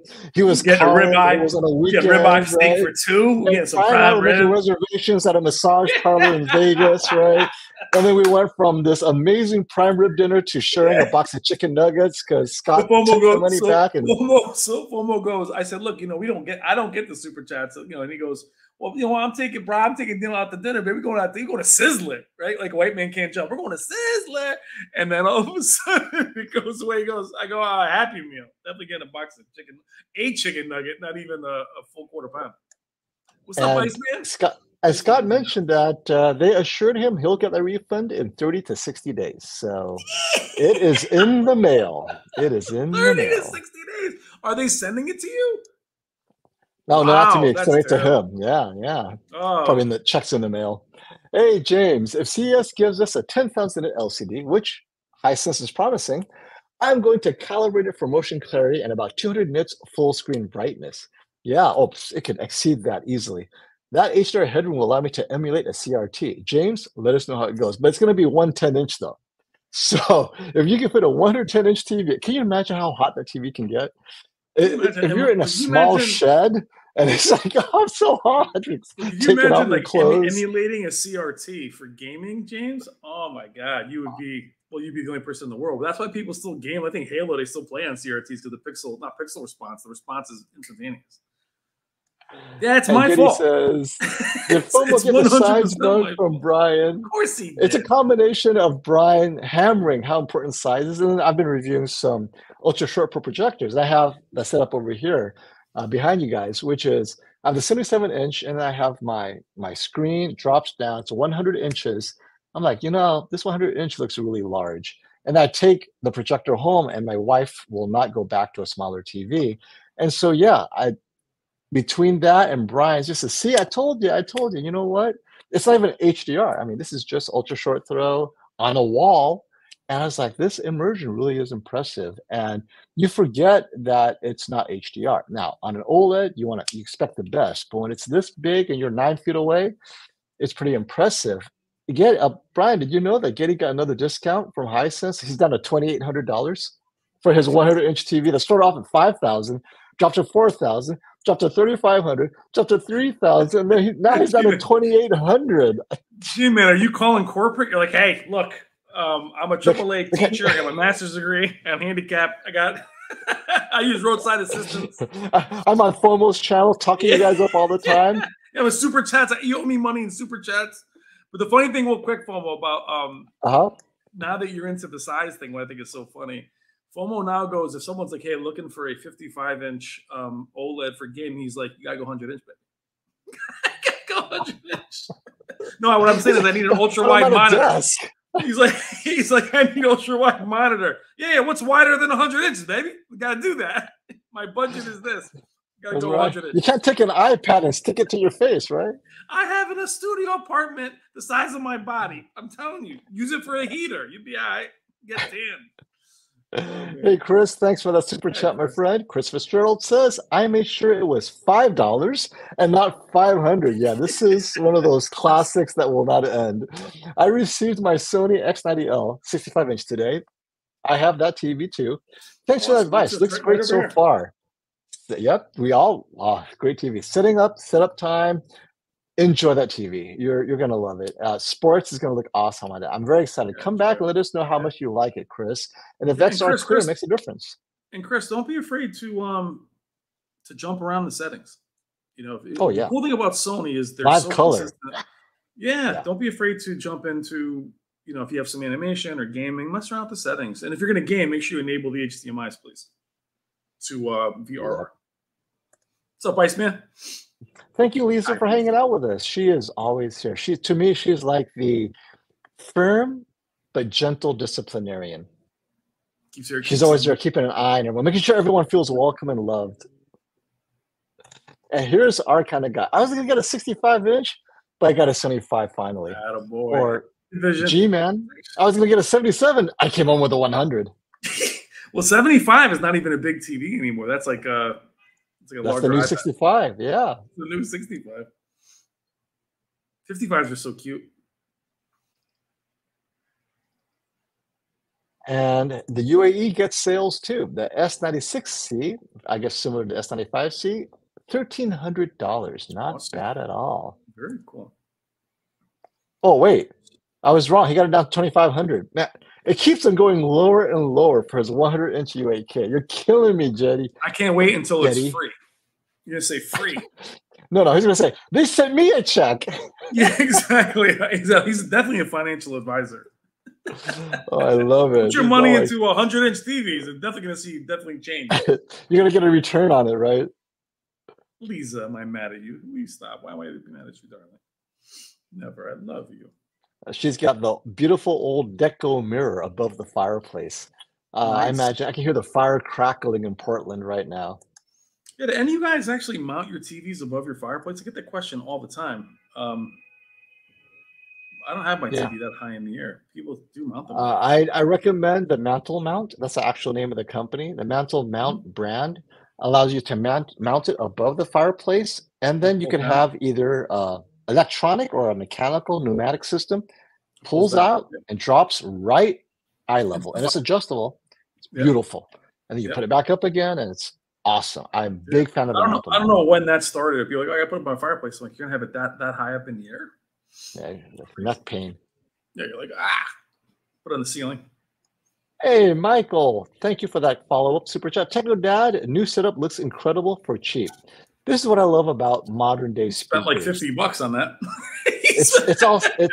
it's all science, right? They got the measurements. They know waveguides. I mean, you don't have to use exotic materials to get a good sounding speaker.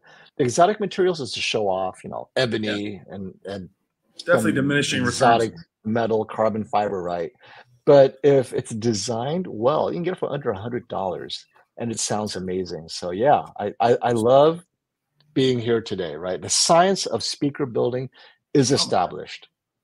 Especially the higher end you go, then you need the more high end right receiver and amp, and it's a See, whole that's the nightmare. thing. It's a Not nightmare. necessarily, right? I mean, Yeah, no. there is the point of diminishing return. Once you get there, you don't have to go higher, unless you want that thick aluminum Yeah. billiard. But if I was to do it over again, even these SVS entire surround 12 channel, not in a box, but I'd get one of those. I mean, we SVS, watched one of the, we heard one of those at M-Wave and it sounded great. And it was just the receiver. It wasn't even an amp. Here I am with these the blind Legend test, yeah. monsters with all these amps. And they sound great, but not enough to say that the amps cost more than the speakers. Yes, Mike. For previous year TVs, so if you're looking for, so Mike asked, did you say the Sony prices are better in June? The reason why they're Last better year. in June is this. If they last until Prime Day, that's the best. But they sell out in June, meaning the best sizes. For example, the X95L, right? The minute that starts dropping in price, it's going to sell out before it makes it to Prime Day. So June prices are pretty good. Now, if they don't sell out, are you okay over there? I'm coming out, my hands up! I swear to God, it's a beautiful area, by the way, but it's in the city. I love it. If I'll turn down the music.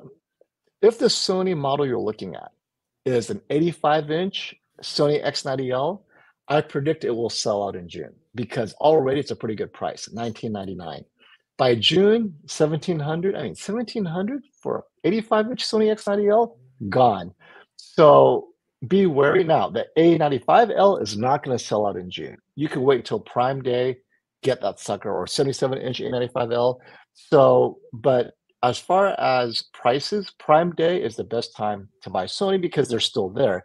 Black Friday for previous year TVs, even better if it lasts that long. So you have to, Sony has limited inventory. They don't make a lot of TVs. So the ones they do have that are hot sellers that they don't plan to carry over, like the Z9K, it'll be gone normally in June. These guys think I live in Compton.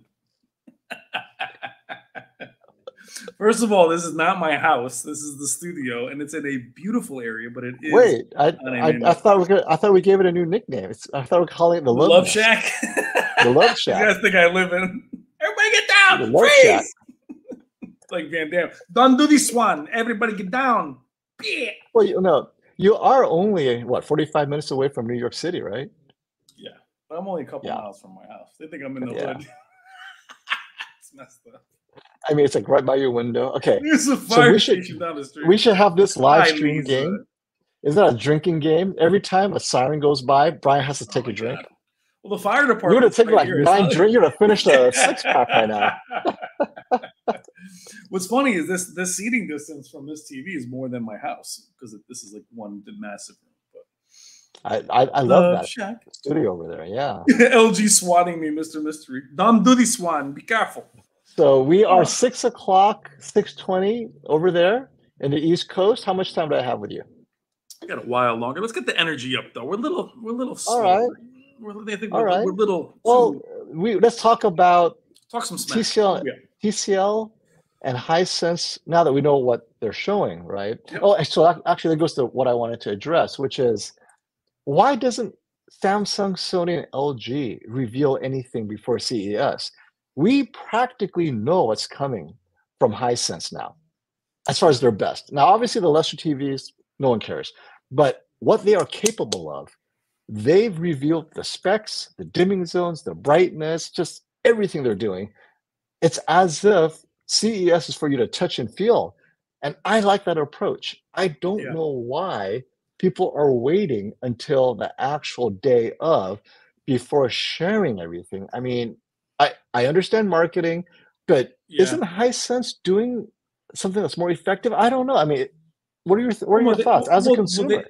They are now, and I'll say this. If you remember when I met them last year, I hammered them, both of them for that reason. This whole word of mouth FOMO recommends, I didn't review them for a long time because I never could see them. You don't have them in store. I'm not going to recommend something off of FOMO's recommendation. I can tell you that's how I introduced FOMO to the world.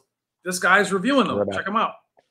So for me, I talked to Hisense and TCL both last year and said, guys, you got to have a store presence and do some marketing. Get your stuff out there because you guys are still synonymous with value brands. Damn, bro. Jesus, this video is sponsored by Big Ass Water Bottle. I like, yeah, this is my gallon water bottle. See, but I think a little bit more to go. They're letting more leak out simply because for the longest time they're still considered these value brands, and their marketing is value. We're at M-Wave putting the QM8 away. It's almost comical how it's got like the NFL on the side, but it looks very cheap in comparison to, say, the speakers that have these really cool boxes and everything. So they're just putting it out there because they know they have the numbers and they have the money, which is so interesting. Very rarely do you see an upstart company have more money than some of the bigger brands. That's actually the case. So they're able to just hammer it. Yeah. Well, speaking of leaks and how to market, we need to correct Anurania. She says, I'm leaning towards the X90L, but after hearing the Sony 2024 technology is game-changing, I'd like to know more about what's coming from making decisions. I'd like to know I didn't say it was game-changing. Where did you hear that? Say it was good? I didn't say it. I mean, that's the word on the street. We even have doubts they would even introduce a TV in 2024 at all, other than Tom Cruise. Yeah, so I would say, what's the word on the street? For all these companies are promising to show something revolutionary, FOMO. That's the word on the street. But I would say on the street. The word on the street. Warriors, come out and play. The word on my street. I get mugged if I walk down my street. Hey, what's the word? Warriors. What's the word of Sony? But I would say for you, whatever you see in the A95L, UI, processing, that's what you're going to see in the rest of the lineup. So I think right there, that's a guarantee that if you're leaning toward the X90L, you will see definitely the A95L's UI and all the features with the next models of LEDs. So if you're looking for that next generation game changing, I don't think you'll see something game changing that would release next year. But I would say that you want the UI of the A95L. It does look very different, and there's game settings, there's different presets these TVs don't have. I would wait, but as far as game changing, I mean, we say everything's game changing. You know what? Let's have a game changer award for CES. Like at the end of CES, you and I will have to give a TV model. This is a game changer, but we cannot apply it to every TV. One TV of our choice, right? You choose one, I choose one, is a game changer. Because otherwise, it's overused. Then suddenly, oh look, it has a volume button. That's a game changer. It's like breaking news. Breaking news. How you doing? It's gonna rain tomorrow. Oh wow, okay. I got my Z9D for $28.99 with Z9D, and that TV was $10,000. Yeah, $28.99, 65-inch 16. Well, when it really came out, it was $10,000. I got my Z9D, $28.99. Now the Z9D was a game changer. That was a game changer. I will give the Z9D that. 75-inch was $10,000. So yeah, Michael, the Z9D was incredible. The TV that was as good at it was the Q. Was mine. I had the not the Q9FN. It was that 78-inch one. It was the one I had. The curved, because that was the first full array local dimming Samsung. I don't remember the name of it anymore. But they all had issues. But Michael, what's interesting with the Z9D is they changed. Z9D crushed blacks. So did the 940E, the 930E, the 900E. Sony actually has walked away from that approach. So the Z9D does not look like the X95. The X95 has backlight master drive, but they've all gotten more into shadow detail now. So you'll actually see probably better blacks, as long as you're on angle of the Z9D than you would on some of the newer TVs. But off angle. And the blooming was not great either. Yeah. Yeah. So, hey, Michael. Hey, Michael. Now, Do we think the U8K will go back down to 4 or 3,000? Do I even think it'll get in stock? So that's another thing. No, It might, but CES is around the corner. If there's limited KS inventory, 9800 was no with KS 9800, KS 9800. Go ahead. yeah, I'm sorry. I think there's only a few hundred of these out there. For and once they're sold out, Yeah. they're sold out. They're I not going couldn't to even restock it. no, because I couldn't even. Robert was trying to get one for us to shoot, and they were going right out the door. So I didn't even want to open one up. What's up, Crypto? Hey, Crypto, welcome, buddy. Did you remember to click like and subscribe, my friend? It's so awesome. Hey, Mr. Mystery, thank you for that super chat. I predict, prediction time, Q1 2024 is going to have lots of releases as the consumer data continues to state that people are running out of money and credit. That's true. It's true. People are running out of money. Well, but they're still buying TVs. So overall TV sales dipped only a little bit. What really dipped was sales of OLED TVs. So that's the crazy thing, right? People are buying TVs, but they're not paying for OLED. Their TV sales dropped 24%, all OLED overall, right? So all the OLED sold last year compared to this year declined by 24%, but they're still buying TVs. They're taking that money and going bigger. And so this is very interesting. With this consumer data, what will Samsung, Sony, and LG do to sell more TVs? I mean, OLED is what it is. I don't think the prices are going to drop that much more. There's only so much you can do to improve productivity and yields and efficiency, maybe 10% cheaper. Is that enough to get people to get back to OLED? So yes, it'll be a lot of interesting features. Maybe they'll come up with something new. Like, what are you waiting for, Brian? Well, Like, what do you need in a TV today that's not there? It would have to, for me, it's got to be a just larger QD OLED is what I want. I mean, MLA I like, but I don't really need a TV to be much brighter. But I'm not looking, I would not go back to LED. It just cannot do what I need it to do. So I'm stuck with OLED for now, unless micro LED knocks me off the wall. I just know that no matter how good LEDs get, I don't care how many zones they put, if they can't control it and they can't get OLED black, then it doesn't matter. You can make a TV 10,000 nits if the contrast ratio is not there. It's not going to matter. So, you know, it's really about, and blooming I'm allergic to. I see it everywhere. So that's where it has to just be, me too. You know, and I don't need a brighter OLED. I just need a more refined one. Better colors, maybe. That's it. That's funny, too. Don't say leak out when FOMO's drinking a gallon of water. Not in one sitting. I don't want to fall over. All right. Hey, thank you, Boob Poob, or Boobe Poobe, please. Great beard, by the way. I apologize if I mispronounced your name. Thank you for the super chat, my friend. I have a 65-inch A80K. It's not bright enough. Yeah, that's the complaint. I want to upgrade to a 77-inch S90C. That is bright because I don't think the A80L will be bright enough. You are correct. I watch mostly Netflix and streaming help. You'll be happy with the S90C. Yeah, the A80L won't be. They would look to some. There's no real claim the A80L is brighter. You know, it might be better processing, but you'll still have the same issue, Bube, with brightness. The S90C should be fine. I approve. Yeah, and once you go with OLED, you can't really switch to a mini LED. That would be brighter, but now you got to go with and don't limit yourself. Excuse me, to the S90C because if budget permits. You get even brighter with the G3. But I do like the 77-inch S90C a lot. I mean, the value is just outrageous. Or if you're in America, access to Best Buy, the S89C, very close for a few $100s cheaper in terms of features. The image quality should be identical. Yeah, S90C is excellent. Oh, it's so good. Oh, this is a great question. Given all of its powers, Brian, it just came out. The A95L is overpriced. Yeah, it just came out. It's got to be overpriced. So here's what I'll say to you guys. This is not going to be popular, but I'm going to say it. I don't know how cheap you want these things to be. So I'll say that I'm going to be very blunt with this. I've spent $4,000 on a Vizio 75-inch. I spent $12,000 on the KS 9800. OLEDs were $15,000 4 years ago. So is it expensive compared to the competition? It is. Yes, it's more expensive than the market is at this moment. But if you look at the S95 or A95L compared to the G3 and the S95C at launch, when they launched, It's a different conversation. You're comparing, not you, Getty G-Man, but those that are saying it's too expensive. This is a new TV. It's only been out for a few months. It just came out in what, October, late October? So it's a new TV. It is their flagship. It's a master series.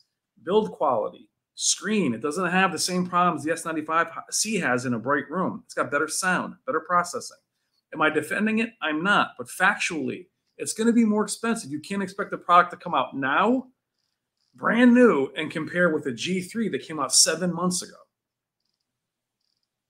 So that's why the A95K was expensive. It came out late in the year.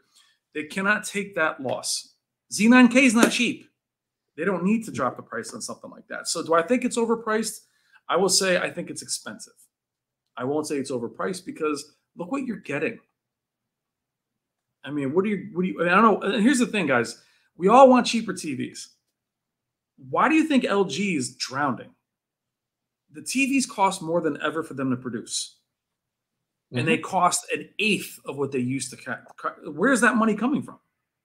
If they used to sell one or two 80 or 77-inch OLEDs for 15 grand, and they can't sell them for 3 grand now, and it costs more to make them, where's the profit? So as much as we want cheaper TVs, guys, and no one wants to cry for, I'll share this with you guys too. These companies don't make any money off their TVs. Nope. Samsung's TV division doesn't make any money. Their phones do. So I know we want to take and get cheaper and get everything, but where do you think their margins are going to come from? I'm not saying feel bad for them, but if you want them to be around, they have to make some kind of profit, and there's nowhere to go. LG Display has had 6 quarters of losses.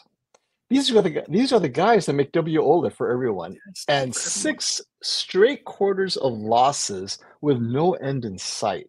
Yes. And they cannot cut the prices any further, and that's the problem. This is why Hisense and TCL is going to kill it.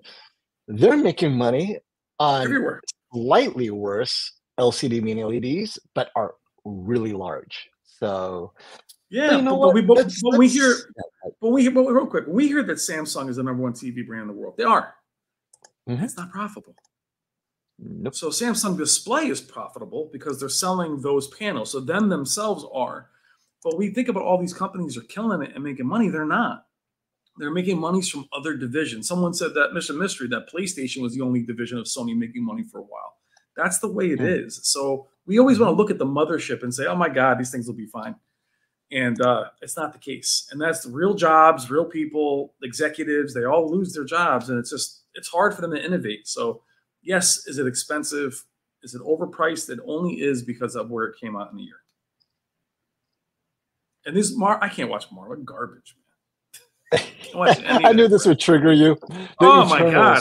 Dude, I can't watch any of that stuff. I don't watch any Star Wars. I don't watch it's awful. Oh, thank you for triggering Brian Crypto. Oh my God. You want to change the stream into a movie review? Hey, Fatal the Collector, or is it Fatal Collector? Or Fa at all the Collector. TCL Hisense doesn't equal less quality. They own the 100-inch space over Sony, Samsung, LG, in my opinion. I won't get caught up in the brand. Each company starts somewhere. Absolutely. Okay. And they're good now. So that's what I love about his comment. And that's why I asked the question earlier. Thank you for the super chat. When people say that this is a crap brand, all of your favorite brands were crap brands not that long ago. Where someone said that, oh, the Samsung thing's a piece of crap. That was 10 years ago, whatever it was, longer than that. But to your point, they do have to start somewhere. And they also keep the other brands on their toes. And that's why these brands are trying to innovate, because these other guys are right behind them and surpassing them. Like you're saying, they've already leapt. He said they own the 100-inch market. I mean, so they just jumped over and said, look, here, you know what? Here is my Fatal. Here's my 100-inch. You want your 98? Cool. And I'm not only going to give you an X90L, you can have the U8K. And now a UX, which I've seen the UX is amazing. So you're right. I mean, definitely great comment. And Consumer Reports, this is their opinion of Hisense. Hisense isn't one of the best known TV brands, but many of its TVs do well in our TV ratings. That's especially true of its higher tier models. speaking of the 100-inch, which provide an appealing balance of price and performance. In fact, some Hisense models are among the best 65-inch TVs for under $1,000. And Consumer Reports, they just worry about durability and user satisfaction. They're not really into image quality like we are. And so I like They go by Consumer price. Reports because it's like this. When I say it's not wisdom of the crowds, thousands of Yeah. people, if they didn't like Hisense, they would say, "Oh my God, my TV keeps on breaking," and because they do surveys all the time, and so they'll get there for sure. Hisense and TCL, as over time, like Lexus when it first released, everyone called it Lexus of Toyota, right? But now it's like, wow, Lexus premium, expensive, so they'll get there. Yeah. Money Kuja. Oh, you Well, changed your that's your avatar, face. buddy. Is he Oh, I wearing? love it. He might be wearing a robe. No, he's wearing a shirt. All right, thought he was wearing the same shirt as me. I like that robe The money? color though, and he's got this tattoo under his neck that says Cujo, or is that liquid paper? Chain, is that a chain? I love it. Is that a chain? Nice. I'm What's up, loving money? my Good to see Sony you, bro. A95. Oh, he's balling. He's rolling with his A95L. Nice. We all do, by the way. I rarely, except for those who got the A95L with DSE, which there are those, right? Panel lottery, still a thing. But I'm glad you're loving it, man. What are you watching, Money Cujo, on your A95L? Streaming, Kaleidoscape? What are you watching? So Joe took. How about you, Brian? Look up Joe de Cordebo. He's got the What? A95. Joe at 635. He's got a good good question. Oh, I see it. I see it. Okay.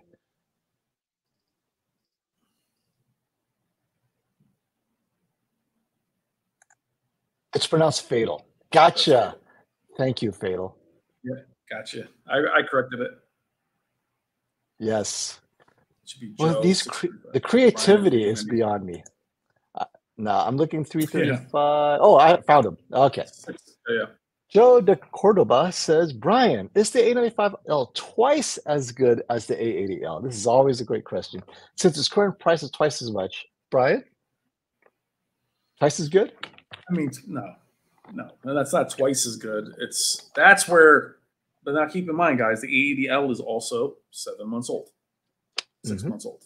So it is an older TV. Would I say it's not worth twice the price? I mean, but I would say that it's worth. No, it's good. What do you think, Foam? That's hard to say twice the price. I like to use analogies. I like to use analogies. If you guys are car guys, whether it's a Mustang, a Porsche, or a Camaro, right? You have a really good car, the Mustang GT, amazing, 45,000, whatever.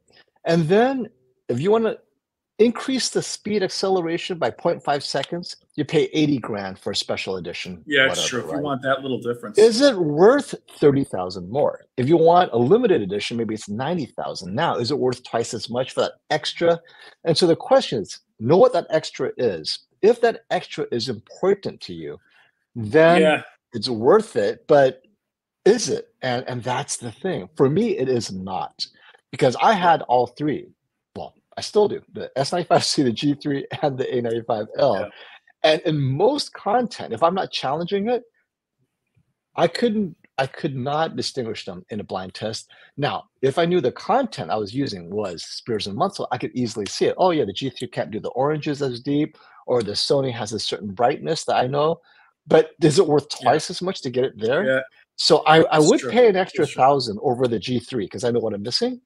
Yeah. But Joe, that's the question for you. If you're coming from an A80K, right? If you're coming from A80K, don't even go to the A80L. You got to go to the A95L. Yeah. So man, so Joe, the answer for me is yes for me, because I would chase that little bit of difference. That phone, the way you've laid it out is perfect. I would chase that difference. To me, that is worth it, because I know the difference, and it would bother me. I would like to have also the gaming features it has. I'd like to have even the Dolby Vision. You won't use it, but the 3 different presets, I like it better. So for me, it's worth it. It's just hard for me to recommend that, not knowing even your financial situation and how you value it. It is better. Is it a little better? No, it's a good deal better. But I can't tell you if it's worth it, because that's a lot of money extra. But if you have the money, it's worth it. If you want the best of the best of the best, then it's the one worth it. It's a long way to answer that question. Michael had a Hisense from 2014. I didn't even know there was a Damn, Hisense didn't even know they were around for 2014. that. Were they called I Hisense know, back then? so yeah, got me. Thank you, my friend, for the super chat. Michael Walker is back and wants to tell us, according to Shane Lee, and that's our buddy, he used to be Spirit Change, right? Yep. The AWOL 3500 can give JVC protectors a run for their money in 3D for much less money. So here we are again, right, Michael? The AWOL, I guess, is a short throw, ultra short throw, I believe, right? Isn't it? I think The so. AWOL is known for the ultra short throw, right? Yeah, But but the if it's given JVC JVC, is a long throw. he said that would go. Which JVC? The NZ8? Yeah, I mean, it's a whole different. I mean, we're talking dedicated theater, long throw, $18,000. The AWOL is short throw. That's a short now, right, short throw, right? So, Michael, right? It's all value, and many people believe the JVC has one of the best tone mapping systems with HDR. You throw it in Mad 3D. VR, it gets slightly better. But now we're talking 3D. But I agree with you, Michael. I'd rather pay $3,500 or AWOL 3,500, pay $5,000, but not pay $15,000. I mean, it's 1/3 the price, and I can get similar, close enough. How much is that extra bit? And you can watch it in a slightly, like if there's a little light around you, it's okay with the ultra short throw laser. But JVC, you want it to be pitch black, like no light at all, right? So interesting though, and it wouldn't surprise me. Interesting. Shane, I hear you going away from JVC and going for the AWOL, man. I can't see him doing that to an AWOL. Okay. Money Cujo wants you to know, I play Warzone. I watch Netflix, Apple TV. Originally had a Vizio OLED. Then I bought the A95L. Michael Wyckoff still has the Vizio OLED. Did yours turn on, Money, or no? Would you have to hold the power button longer or something? That's why I returned mine. The power was funky. Sometimes it turned on, sometimes it didn't. But this is a perfect use of the A95L because you got streaming, you got gaming. I mean, I love it. I love it when these TVs are used to their fullest. Now, Lisa has both the A95K and the A80L, but you know, she's got the itch. She ended up buying a 2023 TV just because she can. Yeah, but I mean, Lisa, the A95K is awesome. So it's like the A95K, I think, is still better than the A80L. Just the A80L is great for what it is in terms of being an WRGB OLED with XR Clear.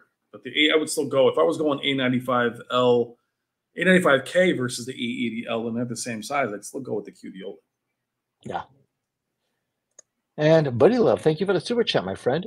FOMO, thoughts? Oh, yes, I do have thoughts. Thoughts on the HD TV test blind TV shootout. I was waiting on a video from you on the results. Oh, well, I thought the results were kind of consistent with ours. I mean, okay, so here's the problem. We don't have the Panasonic, and we know the Panasonic's pretty good. And what I do like is this about HD TV tests. The blind test, the blind part, I don't think is as important. I'll tell you why. I understand about bias and all that stuff. What I liked was after every scene, there's a score that's shared. I like that a lot, right? So you can see scene to scene how the TV's scored. So I like that. The second thing I liked was that the Panasonic and the Philips were there, which gave it a more comprehensive approach. But the actual conclusions and the judging, I still think to a certain degree, if you have a reference monitor, it's easy, right? Reference monitor, and then you match it. The hardest part is always things like streaming comparisons, because as we saw with Netflix, you don't know what the source is really trying to do. Because if you saw my video before last week, you saw that Netflix noticed that at low bit rate, HDR and Dolby Vision was not delivering image quality that was up to spec, and Dolby Vision was the worst offender, right? It really didn't do a good job. Now, before Netflix did their change, let's say you're testing streaming in a shootout, and you have that Sony and you have the other TVs. The other TVs that gave you Netflix as it was supposed to be seen, which is bad, low bit rate, and then you get the Sony, which elevates it. This Sony doesn't look right. It's too sharp. So and here's the problem, and this applies to our shootout as well. When you have 90% of the population watching streaming, but they look at a shootout to make a decision what TVs to get, and you see a TV that says, oh, best cinema darkroom. The most important part is what's your source, because if it's a Netflix, you may have to choose a TV that treats low bit rate the way you want it to, whether it's creator's intent, which is bad judder stutter because it's low bit rate. That's the source, that's the creator, unfortunately, or your TV fixing it, but it's no longer a match to that bad low bit rate. What do you do? And I think at some point it becomes a commentary. Any shootout, like the one in Germany, I really like to pull out because that one was just shocking. A95L was like on the very bottom. That was also a blind test, and yet it was number 1 in gaming. Like, what? How did that happen? And so, and XR Clear is not even in gaming. XR Clear disables during gaming. And I don't think they did. I don't think they did streaming. So, and that was a double blind, right? Because a lot of people say, well, you know, HDTV tested double blind, but then the one in Germany did a double blind.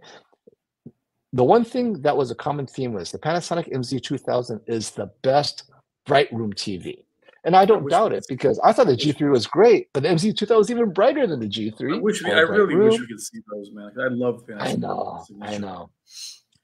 And so as far as a video, the results, I was planning to do a video, not so much directed at HDTV tests, but rather all types of shootouts or comparisons as a contextual basis, so that as consumers, and I'm a consumer myself, how do we take these things? Because let's go back to the double blind.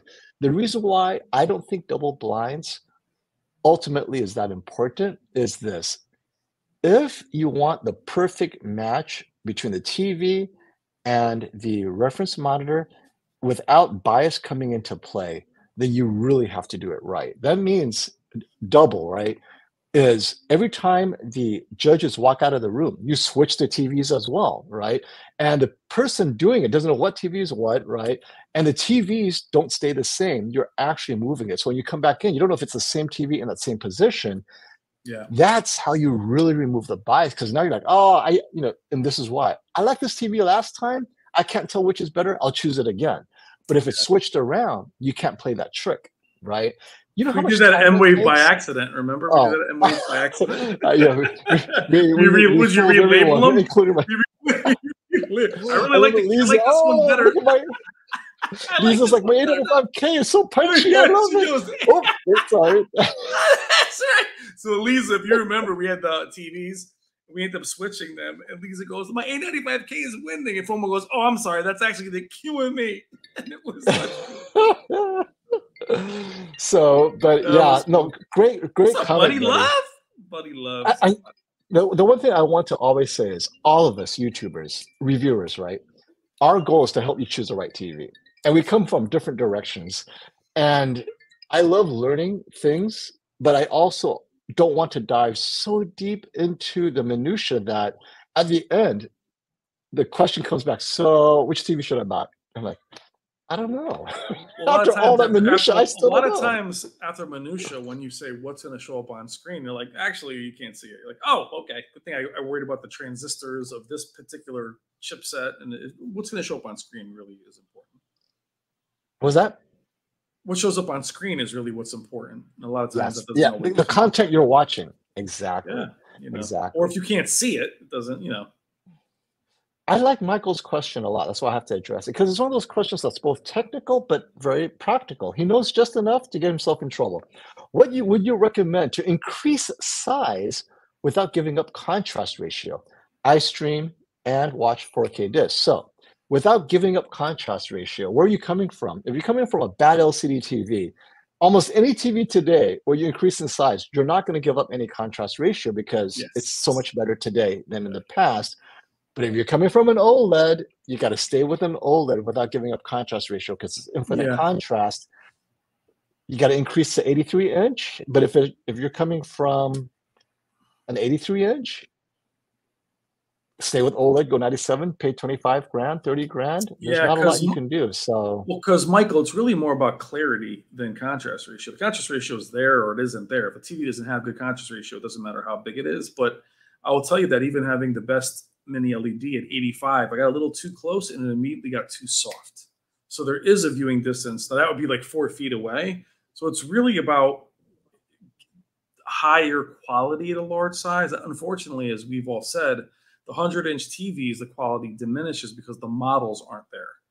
The Q90A is big. That's their flagship, but it doesn't look great at filmmaker mode because it's very soft. UAK is a better quality in the X90L, but it's really, we want to see the flagships at that size. That would be very interesting because the contrast ratio would be intact. Wow. Christopher has a tough question for me. Yeah, tough one. Can you suggest a moderately priced TV to be used primarily as a PC monitor, home recording studio? There may be 24 inches horizontal space between the near-field speakers. So already I know you're at a 36-inch diagonal, right? You're smaller than 42. So every TV that's smaller than 42, that's not the LG OLED, is a bad TV. Unfortunately, there is no effort made into making a good TV that can also serve as a good monitor. I couldn't suggest anything really because your 24-inch horizontal space limits your TV sizes to under 42. They're all kind of, if you can make room for 42, at least you have the LG OLED, at least, right? Now, that's not moderately priced either. Yeah, and what's funny too, at those sizes too, Chris, that's when you bump into the Walmarts and those little Vizios are $100. They get really cheap at that. It's hard to find. That's been the biggest complaint for years, FOMO, is having quality TVs at the really small sizes that aren't monitors. That's a really tough. Yeah, OLED's probably. What's up, Classy? Hey, buddy. And Classy, my man, is here. Oh, wait. So Classy is here. Now that Classy is here. Classy, can I share with you what you told me? Share with Brian what you told me about what you think the LG Gray should be. Ah, here's the guy. Here's the one. You didn't like him this year.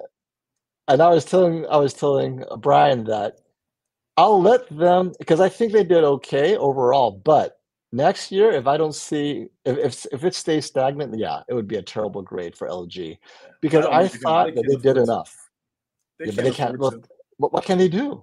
What can processing do, right?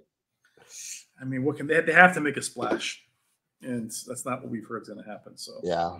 Well, again, rumors. The word on the street. Can they be trusted? I mean, but even if the word on the street, let's just say they make a splash and they said, okay, like for Classy, let's say Classy, the splash is Z4, because the Z3 did come out last year in Japan. If they say Z4, is that really going to make anybody happy? $30,000 8K TV. The M series wireless. The first thing we all said when that TV was announced, we were right there, FOMO, at CES. The first thing we said to those guys, they're like, the M series, it's wireless. The first thing we said was MLA? MLA? No, well, I'm not interested. Z series MLA? Well, I think the 77 might, but not the 88. I'm not interested. So that's where they painted themselves in the box. It's going to have to be MLA across the board and different degrees of it. Like very bright G4, and then I think the C4 should be closer to the G3 is this year, and then you'll see at least people moving the needle, but they have to do something. And Michael suggested the 32-inch QLED Q60C. So this is probably the best 32-inch out there. Thank you, Michael, for that suggestion. Yeah, Michael comes in and has a great suggestion that I did not think of. So Michael Wyckoff suggests for the gentleman looking for a moderately priced TV, and this TV is $359. Actually, that's moderately priced. If anyone thinks of something better, let us know. Now, I wanted to bring up Fatal's comment. Disney is king in streaming right now. However, I hope physical media sticks around because nothing beats 4K Blu-ray. I agree. However, Disney may be king of streaming in terms of variety, diversity, but they're not profitable. They're losing billions of dollars. Oh my gosh. I mean, ever since they started the Disney Plus streaming, they've lost 11 billion. From the start of Disney Plus streaming till today, the losses are mounting, right? They're not going the other way. They're not recouping 11 billion. They continue to add on to the losses, and now it's accumulated 11 billion. And Iger has been brought back to fix this problem. So he's going to have to start delivering ads. I mean, there's only so much subscription can do. They cannot raise their subscriptions enough to offset 11 billion. That's well, the problem. In Fatal, you know what's interesting with what you're saying about Disney Plus? I don't watch any Marvel anymore or any Star Wars. I don't watch any more Pixar, which I thought was an undefeated studio for 12 years. I'm not even logged into Disney Plus for the last year. So they might be in terms of image quality. Okay. Thank you. Well, that's why they're losing money. No. Yeah. But Brian, that's why they're losing money. The image quality is too good. It's good, but I don't watch any of their stuff as garbage as far as their quality of their shows. I honestly, I'm not even so I don't even watch that. Right now, it's just, for me, it's Apple TV. I like the shows, but I also like the marketplace. I buy movies every time I go in there. So other than that, I mean, but they're losing billions, unfortunately. What? I only got 50 likes. There's like 250 people, but Drew, thank you. He's one of the 50 for 3 hours. Almost 3 hours. I love you guys. Let's go down. Oh, Giddy. Thank you for hanging around, my friend. Bigger gap in picture quality between flagship and step down. For example, the S95C and the S90C this year were so close, but the prices were not. Yeah, isn't it? Okay, Samsung is known for this, by the way. Yes. Samsung does such a good job keeping their number 2 image quality and their number 1 very similar. QN85C, QN90C. In the past, it was the Q8FN, the Q9FN, Q80R, Q90R. And this year, the S90C, many may argue, better than the S95C in some ways. And so if you guys want the number 2 right below flagship, I always stick with Samsung. They do a great job. This year, Sony actually pushed the X90L a little bit higher than they normally would. So Sony kind of did that with the X90L, I thought, this year. Well, there was no X95L in the smaller sizes. So X90L, X93L, brighter, but X90L has the XR clear that just makes it such a good value to me. But yeah, I normally recommend the number 2 TV. Well, you know what's funny with the S95C? I wonder if we didn't have that issue with the HDMI port. Well, I guess it depends. If you like the One Connect box, that whole, especially the 900C, it feels like a little PlayStation. If you like that technology, then it's worth the difference in price. If you really like that, some people just thought it was an extra component that might fail, but you can easily see why that piece of equipment costs an extra. They're huge now. I mean, that alone, it costs money. So I think maybe that's why they're so close, to be honest.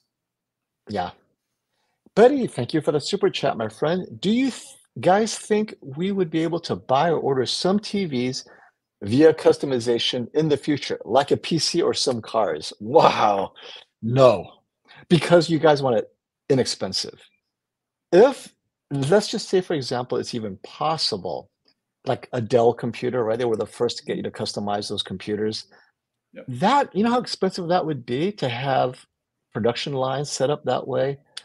What I like was what they did in the past, Brian, where it was a TV with no operating system. You plug your operating system directly, and all it has is picture settings. It's a screen, TV. Yeah. So Panasonic did that with their OLED. The A9G had that movie monitor one that Robert had, but also Buddy Love, as far as like upgrading, Samsung also had that with their initial, if you remember, the 1080p One Connect box was supposed to be able, I think it was HDR upgradable. Maybe the first 4K, they were supposed to have this upgradable thing. It's just very hard for them to implement. So I can't see them doing that. And I wouldn't be able to see the components lasting long enough. To look at Arting's test, these TVs were breaking before they could burn in. They don't really last that. And in PC, it was interesting too, Buddy Love, if you really think about this. The problem with PC is you have, I think Steam's main resolution right now, right, FOMO was 1080p, is still by far the main resolution. People are starting to move to 4K, no 8K. So it's just too wide to cover any kind of production line for that kind of thing, to make everything interchangeable. Yeah. That's why PC games are so hard to develop for. It has to work for everyone. That's why they use software to hold back drop-down models like the S90C and the S95C. You could easily make the S90C with software perform like the S95C, but in the 55 to 65 inch especially, they just use software to hold it back. same panel technology. And so what you end up doing is if you do that, buddy, they're going to activate certain things and take certain things away all in software rather than give you hardware additions, right? So I don't like that either. They could just meter it out. Yep. Yeah, yeah. Yes, it's like, what did BMW try to do? Put you on a subscription to get heated seats? Like, what? You didn't pay your bill? I'm cold. Sorry. It's a little scary, actually. Oh, Christopher, I had to put this up. I may be dating myself, but I think the Gateway 2000. Oh, the cows. The cows. Was Gateway and I that have was, to say, it was Gateway the box? It was the box, Chris. yeah, that had the box of the on it? cows, right? Yeah, the cow pattern. Gateway 2000. I used to have a subscription to PC It's a- World and PC It's a Magazine, Dell, and dude. I would just, I would sit there, and I was like, Gateway, that's I'm dating myself. I was in high school, and I was so Yeah. geeky that I would carry that in my backpack, and that's how I would flip out during lunch and just go through PC Magazine and read everything cover to cover. I mean, I'd memorize everything about Gateway, that's specs right. and stuff. Remember that commercial? It's a Dell, dude. That Dell guy. That was funny. Nice, Yeah, Chris. we were such geeks back then. We're all the same Thank you age. for those memories, Christopher. I know. We all have ways to geek out, and that was my course. geek out way. Okay, now I think it's 4 o'clock. We run 3 hours, almost 3 hours. We started a little late, but I do have to run to dinner. So, Yep, let's wrap it up. CES 2024. We're going to have, so first of all, if you guys are watching. Dude, you're getting a CES, Dell. That was what it was. 7 moments. Dude, you're getting a Dell. That's right. 7 moments. 7 moments. He has a cool profile pic. 701. Yeah, dude, you're getting a Dell. That's right. I can remember it. Thank you for that. Dude, you're getting a Dell. I'm gonna look at those on YouTube. Dude, you're getting. All right, go ahead. I'm sorry. That's awesome. Well, Lisa bought 2 Gateway 2000s. Nice. So CES starts officially on January 9th. It goes 9th Yep. through the 11th or 12th or something like that. Now, all the launches and the releases start on Monday, the 8th. So it's not officially open, but that's when all the press releases are happening. We will be there on January 7th, that's Sunday, on site to set up and do our live stream. Just what are we hearing on the floor? Get the excitement up, right? And we're shooting in an area where we're not supposed to be because they're still setting up. So we can kind of sneak around and peek around, right? And then between more mobile this year, by the way. right.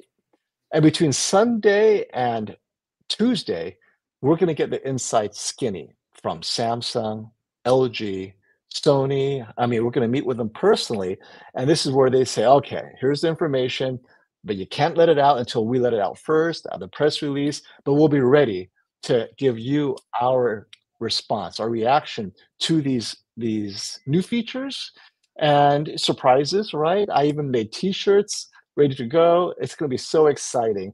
And if you guys are wondering why should you tune in to our coverage, I'll tell you why. All the YouTubers who are there, and I was telling Brian this, what I want to do is photobomb their videos in the back. I'll be wearing my purple pimp suit. Hey, brother, right? Wearing got my pimp hat, my gold cane, right? Doing my jive walk behind. So I'm gonna try to be in everyone's video in the back if I can get away with it, right? My wife warned me, like, don't do it. Not Yeah, I won't be doing that. She's like, only because HD TV test may just remove you from the video. I'm like, oh, he's not gonna right? be there. We didn't see. He wasn't there last year. We didn't see him last year. Oh, he was. I'm sure he was. But you know, it's like CES is so you gotta make it fun. You're in Las Vegas, right? So I'm gonna have a lot of fun with it. We're gonna have fun. It's gonna be.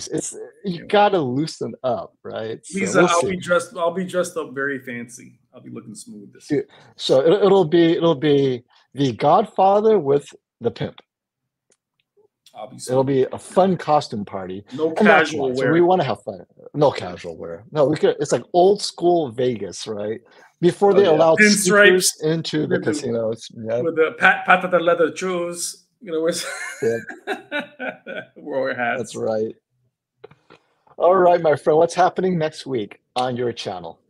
Not much. Check out the last couple of videos. I did an OLED burn-in video, and I did the LG report card video. I'll do A80L PC gaming this week, and also I'll do an A80L review. That'll be all next week. Then I go up to Roberts. Let's get my hands on a QD OLED, hopefully before we leave for CES. If I can't get that done, we'll probably do one more report card, and then we're out of Vegas. And then I think actually after the holidays, right before, I'll say this, at the holidays, right before we go to CES, I'm going to do a Best Buy after holiday video and a Costco Best Buy or Costco video because I'll be in South Carolina. So I'll have pictures, videos of both of those. After holidays. Yeah, me too. I'll be in Tokyo for the holidays, but I'll try to get you and I together before CES. And then when I come back, boom, CES straight. And we're both there. And this question looks like it's really designed for you, Brian. Thank you, Buddy Love, for that super chat. So my 42-inch C2 is connected to my PC. GPU is an NVIDIA 3080. It's showing that I can select native 4K, so 4096 by 2160 instead of what we see as the 3840, 2160 on the TV. Can the LG OLED really do native 4K? Will it hurt the TV to use it? You know, I never... Well, first of all, it won't hurt the TV, but no, it won't. And it really comes up.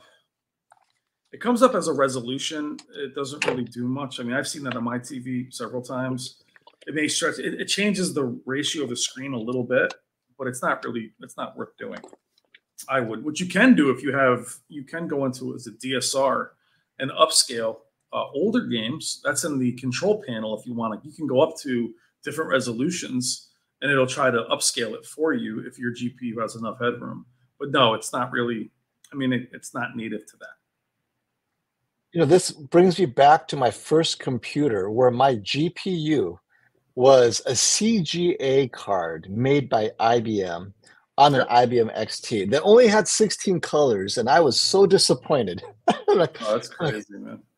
The first thing I thought was, how do I upgrade this? But back then, there was no upgrade. You have to wait until they release this new card, right? VGA card or whatever. But I still remember, like, what's a CGA card? And why does the graphics look so terrible? But how far we've come. I'll say this real quick before we get off. What's amazing is having a PC like the 4090 and then playing the PS5 with its own games. It's like yesterday, I just happened to have the PS5. We love you too, Lisa. Having the PS5 play Ghost of Tsushima at 60 FPS and the new Spider-Man, it's amazing how good PS5 looks with its own titles. Now, looking at, like, say, Modern Warfare on the PS5 cannot come anywhere near the 4090 or any of the PCs, but it's just so amazing what Nintendo can do with their own games. You know, that's where Xbox, I think, really falls apart, is Xbox really is a cheaper PC, but PlayStation 5 and Nintendo, what they do with their own games is unbelievable. Yeah, that's why I love consoles.